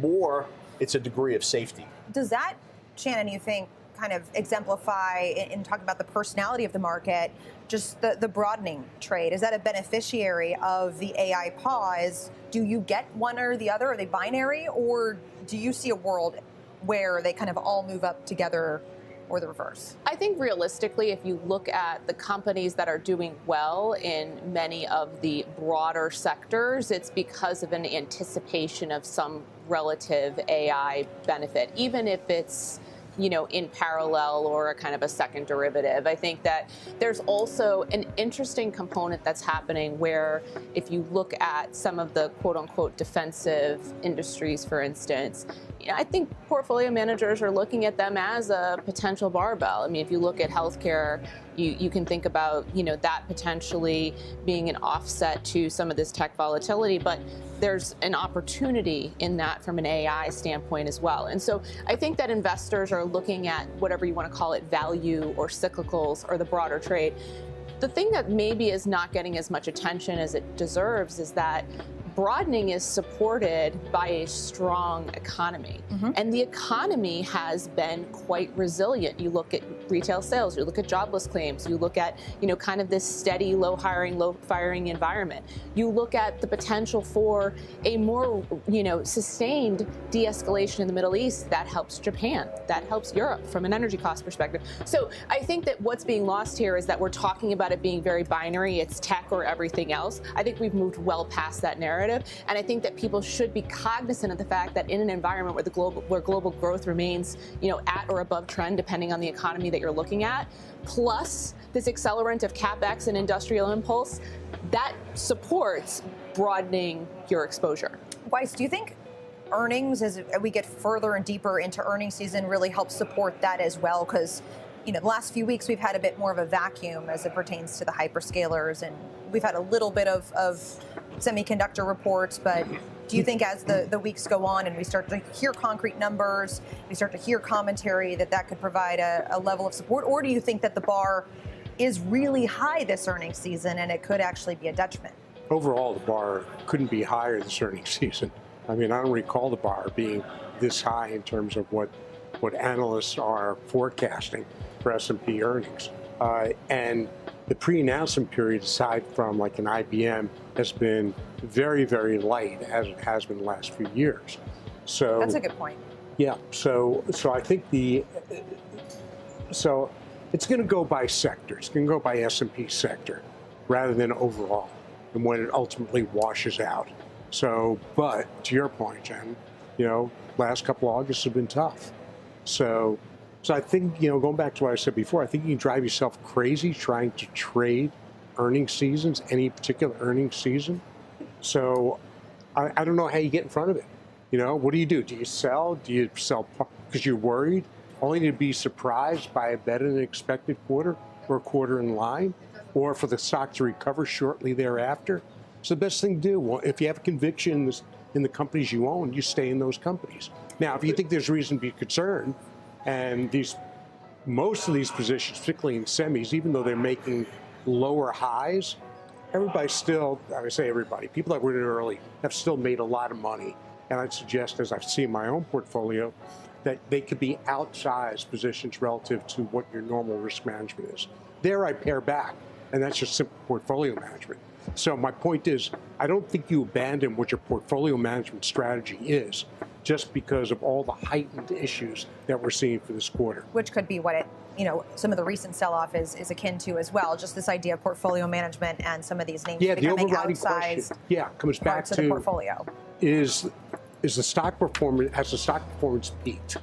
Yeah. Based upon the cycle. That's the overriding question. If it is, then Caterpillar is still overvalued, significantly overvalued. I mean, if you ask Edgar Denny, he was on the tape saying this morning that Infotech looks tired as we talk about kind of the personality of the market. He says there's AI fatigue and a lack of catalysts. That was from his note this morning. Sarat, do you agree with that? I mean, that kind of, to me, suggests, at least from a sentiment standpoint, that he thinks that it has peaked. So there are a couple of things that could happen. One is money flows out of the market or just goes to the broadening phase. And we saw financials did very well, right? But financials need another tail and what could provide that is if you get decent earnings from the big tech stocks coming, then you can see more capital markets activity coming, right? On the other side is if you don't get good earnings, the market pulls back, then the IPOs coming could get deferred. M&A activity could slow down. So they're all counting on that as well. So I think you have economic activity, capital markets activity. You could have a base to the market. You could have a broadening still continuing on some of the other financials, industrials, and other areas that will partake in more capital markets activity. All right, so you have three names. You have Micron, you have Marvell, and you have Corning. Each one of those names off the peak, somewhere between 25 and 40% has been the correction. Each one of those names, Micron, Marvell, still sitting above a supportive 100-day moving average. Corning sitting above its 200-day moving average. So I think that just shows the degree of which these names went parabolic. And when these names go parabolic, and when momentum is the dominant force, the factor that's outperforming everything else in 2026, you're going to see a tremendous amount of quantitative algorithm capital being allocated in that direction. And what has been happening ever since is that capital is just moving out and going into other places, to your favorite word. It's rotating.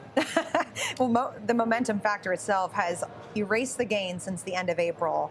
And Goldman says that momentum's volatility has surged to the highest level on record outside of recessions. So do you feel like that rotation out, that unwind is done as you look at the positioning, or do you think that there's still more room to decline? So I've been saying this over the last several months. I think it's difficult to kind of identify at the end of 2026 what ultimately is going to be that winning factor. I think a lot of people are trying to play this game of, is it going to be S&P market cap weighted or S&P equal weighted that's going to be the winner at the end of the year? Well, if I look at them, they're statistically within about 200 basis points of each other. It seems as though they're playing this game of one stepping forward into leadership and then the other steps forward into the leadership. So maybe it's the return of diversification. I don't know. I know Steve believes in concentration. I don't disagree with that. But this is a year where you have more opportunities. And I think trying to identify one single winning strategy at the end of the year, that might be detrimental. All right, up next, more of the day's biggest movers and our top calls of the day. Halftime is back in 2 minutes.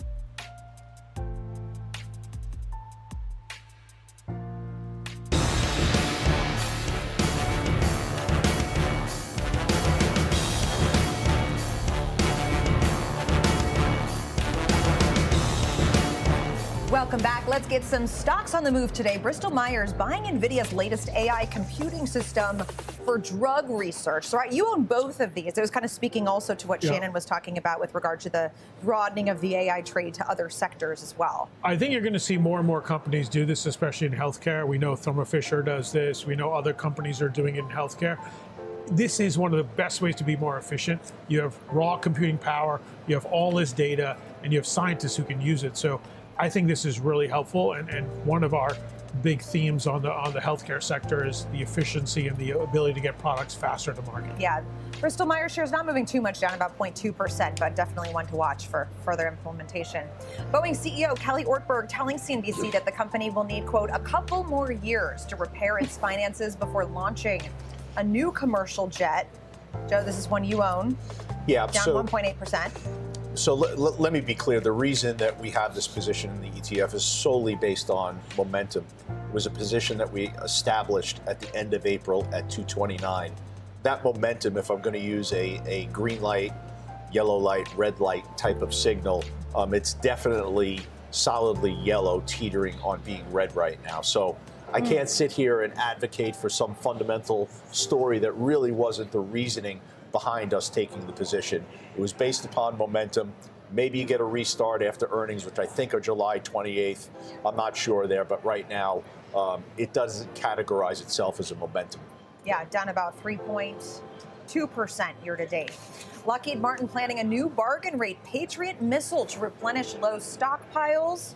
Joe, this is also one that you... Another example of a position that we just took at the end of April. When I cite when we just take a position within the last 90 days, it has this prove itself element to it. Yeah. You want to see that the momentum builds. And in the case of a lot of the defense names, that's not exactly what you're seeing. We have ownership. Some of the better names have been General Dynamics. That's a good one. But Northrop Grumman, rather, Leidos, not working well for us. Lockheed Martin, yellow light, best way I could define it. I think there's fundamental challenges in front of all these defense names as it relates to some of the budget concerns. They need a catalyst, and maybe getting past the midterm election ultimately is the catalyst, and we'll see budget become more favorable for the defense names because they've struggled, and I think it's been surprising that we've seen the struggle in defense names. So you'd say Lockheed caution, maybe. I like that. There you go. MoffettNathanson saying it's going to get worse for Uber before it gets better. Sarat, you own it. We do, and if you look at the stock chart, you go back a little bit, it almost hit 100, now it's back into the 60s and 70s. We trimmed a bunch of it up in the 90s. Now I'm actually getting very interested in this level because they also just did an acquisition over in Germany. Right. And they're trying just to use it more as a super app. And yeah, we know the danger, or let's just say Waymo and all the others are coming at them. But at the end of the day, Uber's an international company that's growing. And I think as the app gets bigger and bigger, it's a company that we're watching for and watching for the cash flow earnings to grow. Definitely a beneficiary of scale, one would think. Weiss, you sold it a few months ago. So you buy this idea that it's going to get worse probably before it gets better? I just think it's going to continue to be dead money. There are lots of things going on here. First of all, you've got EVs coming on, so you've got a lot more competition that's coming out. And they've not been able to really hit their earnings over the last, I think, about a year. I think one quarter in there they did. So I don't know why I have to own it. I own it because of scarcity value. That's out the window right now because you've got Waze, you've got others that are coming onto the market. And I just don't see where it's an attractive holding here. There are other ways to let your money die. You mean AVs or EVs as competition? I'm sorry, EVs and AVs. Okay. EVs are important because we're seeing gas prices going up. Right. And while Uber doesn't pay for the gas, the drivers do. So drivers are going to want more money. And I think that's going to be here to stay for gas for a while, as long as we're in a situation with Iran, which there's no sign of that ending anytime soon. Understood. BMO downgrading Charles Schwab to neutral. Joe, this is another one that you own. Stock's kind of up about 0.5% right now. Yeah, so we'll hear from them within 24 hours, I believe. You're probably, consensus is $1.55 on EPS, 6.92 on billion. I think net interest margin looking somewhere around 2.98. You would have to think, given what we've heard so far about the trading environment, that they are benefiting from significant retail engagement. The stock has been somewhat disappointing year to date. We've owned it for quite some time, so we're doing well on it. But you would like to see this earnings report be the catalyst to take it to a new all-time high, get this stock above 107.5, pushing 110, 115. And let's see if the retail community can be that catalyst in the earnings report. Yeah, we saw with Morgan Stanley last week, E-Trade, their entire wealth division took in $148 billion, which was 3 times the comparable period last year. A lot of that Schwab was E-Trade. Schwab has already responded off of those reports with a rally. So now you're ramping Setting up the the bar higher. expectations a little bit higher. Yeah, it's amazing how much of a role IPOs just play in that interest level and those flows. Now to Angelica Peoples with a CNBC News update. Hi, Angelica. Hey, Leslie.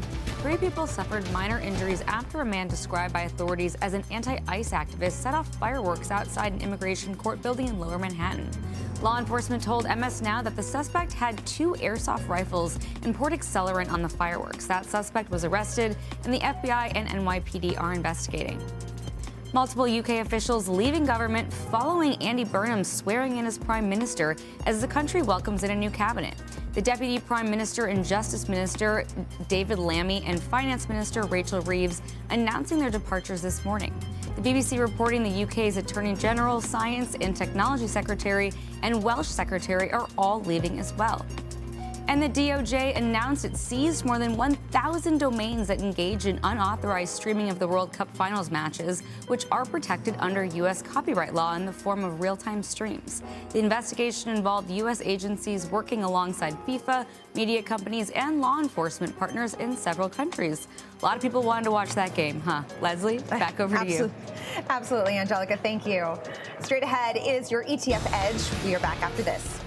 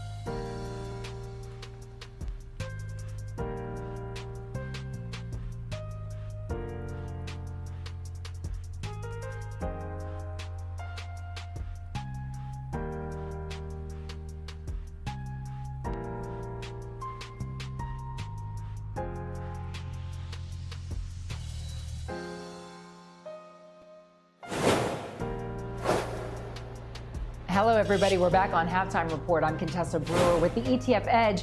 We are getting into the thick of earnings season, but with a broadening of market leadership. Can quarterly results really live up to the great expectations? How should ETF investors adjust? Joining me now is John Mayer, who's the chief ETF strategist at JP Morgan. It's good to have you today.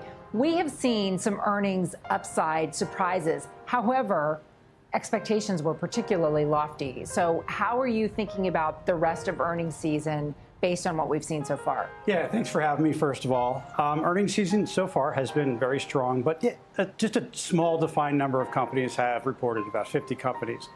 And company reactions, actually, the market's been reacting very positively to these numbers. Like, for example, banks have reported fantastic numbers, and that has given us some insight, actually, into the consumer.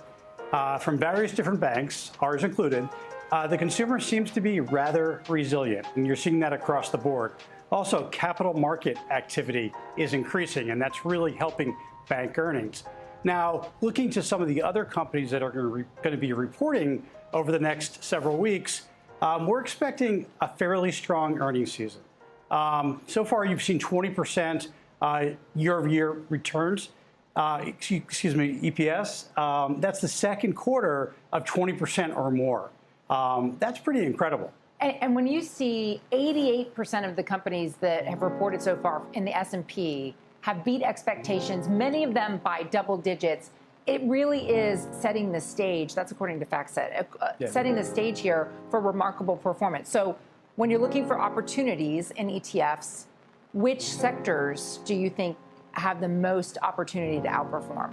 So the easiest one to talk about is still technology. Technology is a big sector.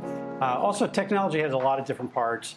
And right now, the AI companies or the ecosystem related to AI is really driving earnings from my perspective. The CapEx has been very strong for the hyperscalers, which is feeding into other sectors. And I view AI as kind of like a 5-layer cake. You have the AI models, you have application, you have memory, you have energy, and the AI CapEx cycle is feeding into those companies because AI takes a lot of energy, a lot of industrials. And if you want the icing on the cake, well, you just have to wait for that. John, you're going to stick around because we're going to continue the conversation at etfedge.cnbc.com. And John will be joined by Cynthia Murphy, who's the Director of Research at VettaFi. Les, I'll send it back over to you. Looking forward to that, Contessa. Thank you. Straight ahead, searching for opportunities outside of AI. We'll debate the bullish playbook on one area of the market next.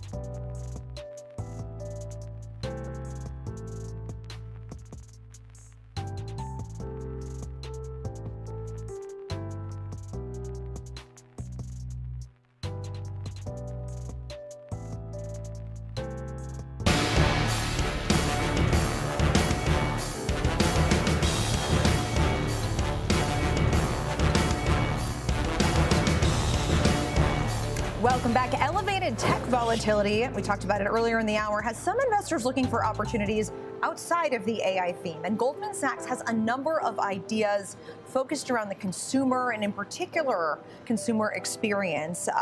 Joe and Sarat, you both own Disney being kind of the one that often comes to mind in this category. Oh, God. Here we go. I opened it up. Okay. 15 times earnings. We thought we had the catalyst, new CEO.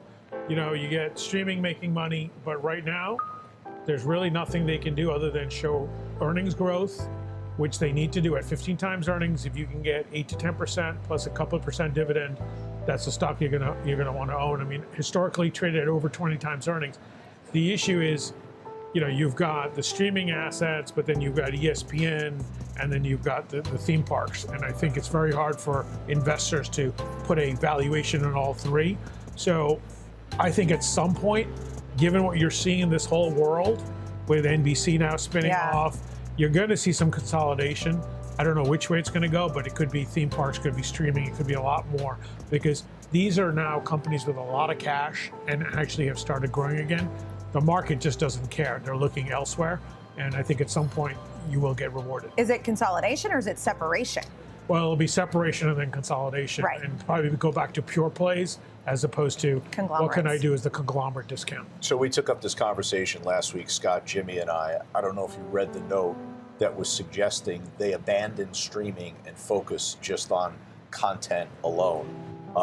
Our positioning, look, it's not a momentum. It's a red light more than anything else. And I made the point last year that last week, in the last 5 years, activism has been the only catalyst for this stock. But I just wanted your view. Do you think they should abandon streaming and just focus on content? Would that work? I think you're seeing streaming get hit everywhere. Look at Netflix now too, right? There's nobody. It used to be, well, here's Netflix and here's the others. There's really decreasing value in there. So I think the idea of maybe getting consolidation and separating and then getting buying power is going to be the way to go. Look, all these things ran during COVID. I mean, you saw what happened to streaming stocks, you saw what happened to alcohol stocks. All of them are kind of coming down now. Alcohol's got its own secular, but I think even streaming's got its own secular because people are looking for experiences, they're more out and about, they're doing other things, and the cost of content has gone through the roof. So I think you have to do something to that.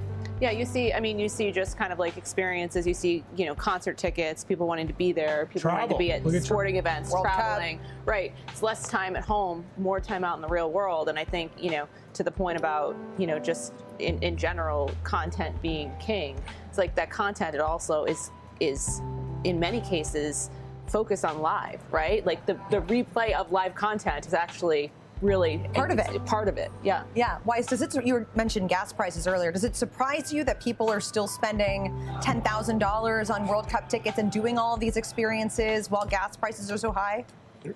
I just don't. Or were so high, I guess. Now they've come down and coming back up. I don't believe there's any correlation between gas prices and World Cup tickets. The consumer has shown. Look, we're extending credit card delinquencies, payback. So while all the banks say they're healthy, when they do their interviews, post-earning interviews, they don't get into the details. So spending's still going on. Credit card balances, of course, going to increase because 60% of the country, more so, lives paycheck to paycheck. So ultimately, gas pricing, it goes to the psyche of the consumer. So the longer they see high gas pricing, the worse it's going to get because they'll say this is for real. It's not going to be a blip as it has been in the past. And again, you have to have a view on Iran for this. So if the only exit out of Iran is, as Condoleezza Rice says, you got to take out everything there, I believe that also, then that means gas prices go up. Heating your home goes up. Everything goes up. So that's where you are. So I don't think the consumer's in great shape right now. I think the segment of the population that can spend for World Cup tickets, they're in great shape. And gas prices, whether it's $3.50 for regular or $5, just isn't going to matter to them. Although in this most recent quarter, delinquencies actually went down sequentially and year over year, and net charge-off. But those banks tend to have higher FICO score customers than just the broader representation of the United States. Exactly. So you've got to look at by sector, by segment of the economy to get through picture. Airbnb, real quick, is a position that we maintain, and I would think the World Cup was beneficial for Airbnb, TBD on Uber, but that might also, the World Cup could have been a catalyst for Uber quarter as well. Yeah, there was that piece in the Journal about the cities, including my hometown of Kansas City, that were beneficiaries of new tourism. They probably don't have the hotel infrastructure to support that. So Airbnb's way to go. Up next, Mike Santoli joins us with his midday word.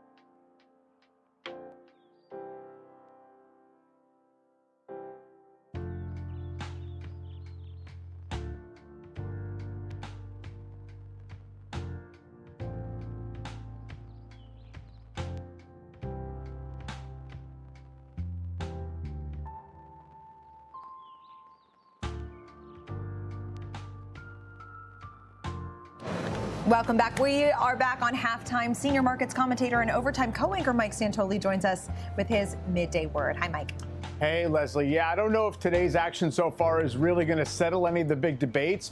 Sort of the default mode of this market in the absence of any kind of big, incremental macro information or other jolt from corporates is dispersion. Most stocks are down today. The S&P's managing to go up. If I could sum up the street sentiment, I think coming into the week, it was semis have taken enough of their medicine. The momentum unwind might be getting washed out. And meantime, Mag 7 looks like it's been de-risked and looks cheaper on a relative basis going into earnings. It's all plausible, but I also think there's information in the fact that almost everybody is saying these are dips to buy. So to me, that's why we kind of stay stuck here in this 2-month range. S&P 500 kind of just riding the 50-day moving average. Maybe, Wednesday we get the big earnings rush. VIX futures expire for the month, and we'll see if that loosens things up a bit. Yeah. We've got a few catalysts just starting a few days from now that could hopefully pull us out of that funk. Mike, thank you. Yep. The setup is next.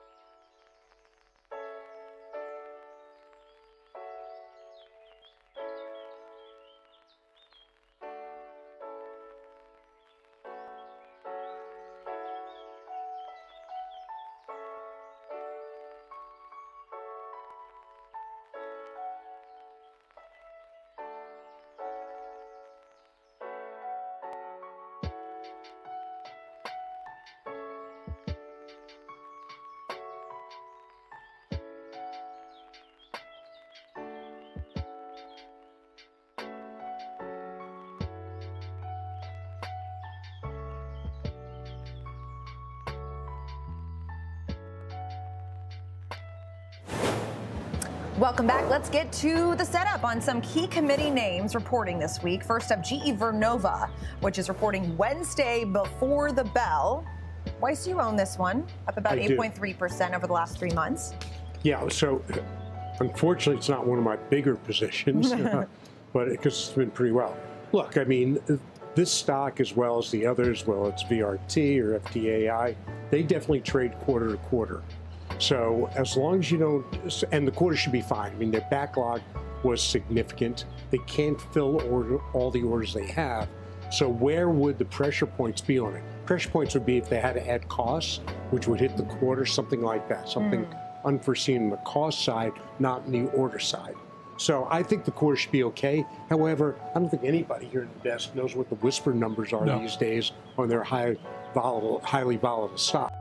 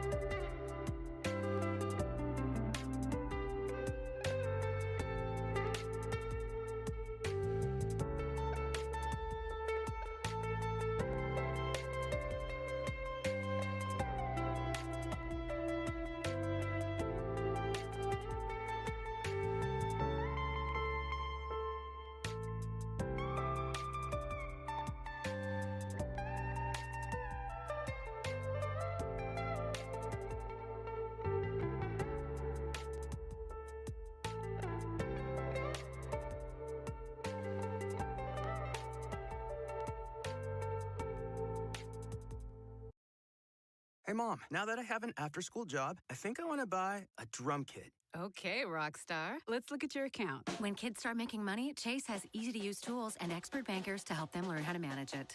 And next month, I'll buy the bass drum and the cymbals. Oh, and maybe some noise-canceling headphones for you. Aw, you've thought of everything. Help kids save, budget, and build financial independence, all with Chase. That's good for kids and good for parents. Visit your local Chase branch and get started. Account subject to approval. J.P. Morgan Chase Bank, N.A. member FDIC.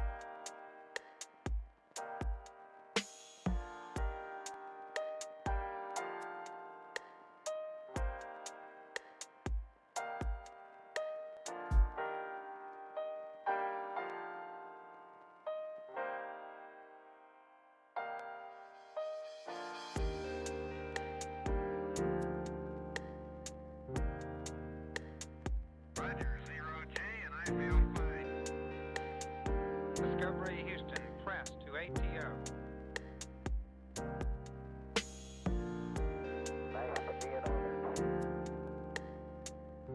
Liftoff of mission 41B, the first flight of the orbit of Discovery, and the shuttle has cleared the tower.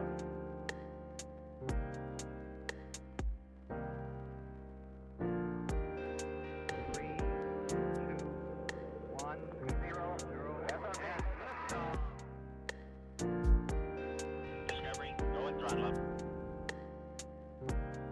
Discovery's 4 computers now have primary control of critical vehicle functions.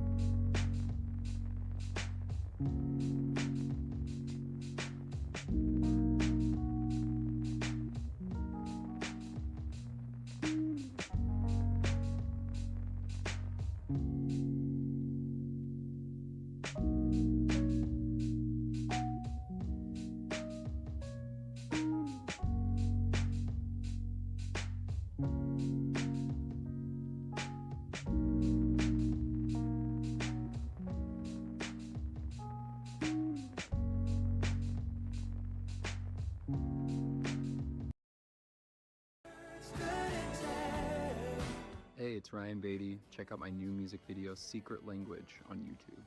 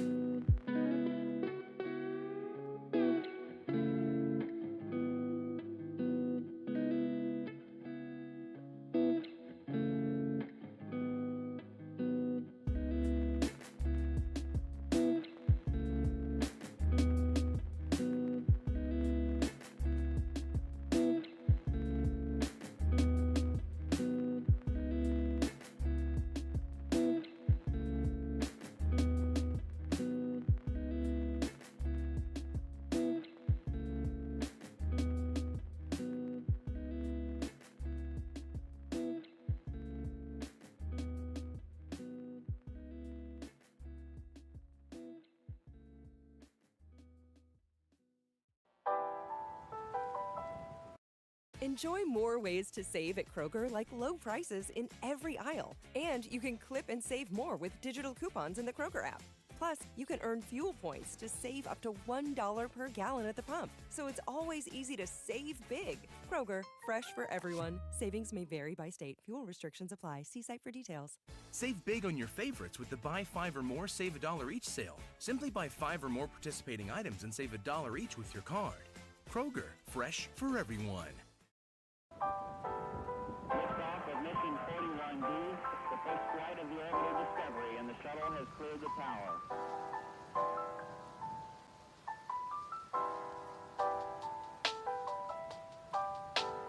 Discovery's core computers now have primary control of critical vehicle functions.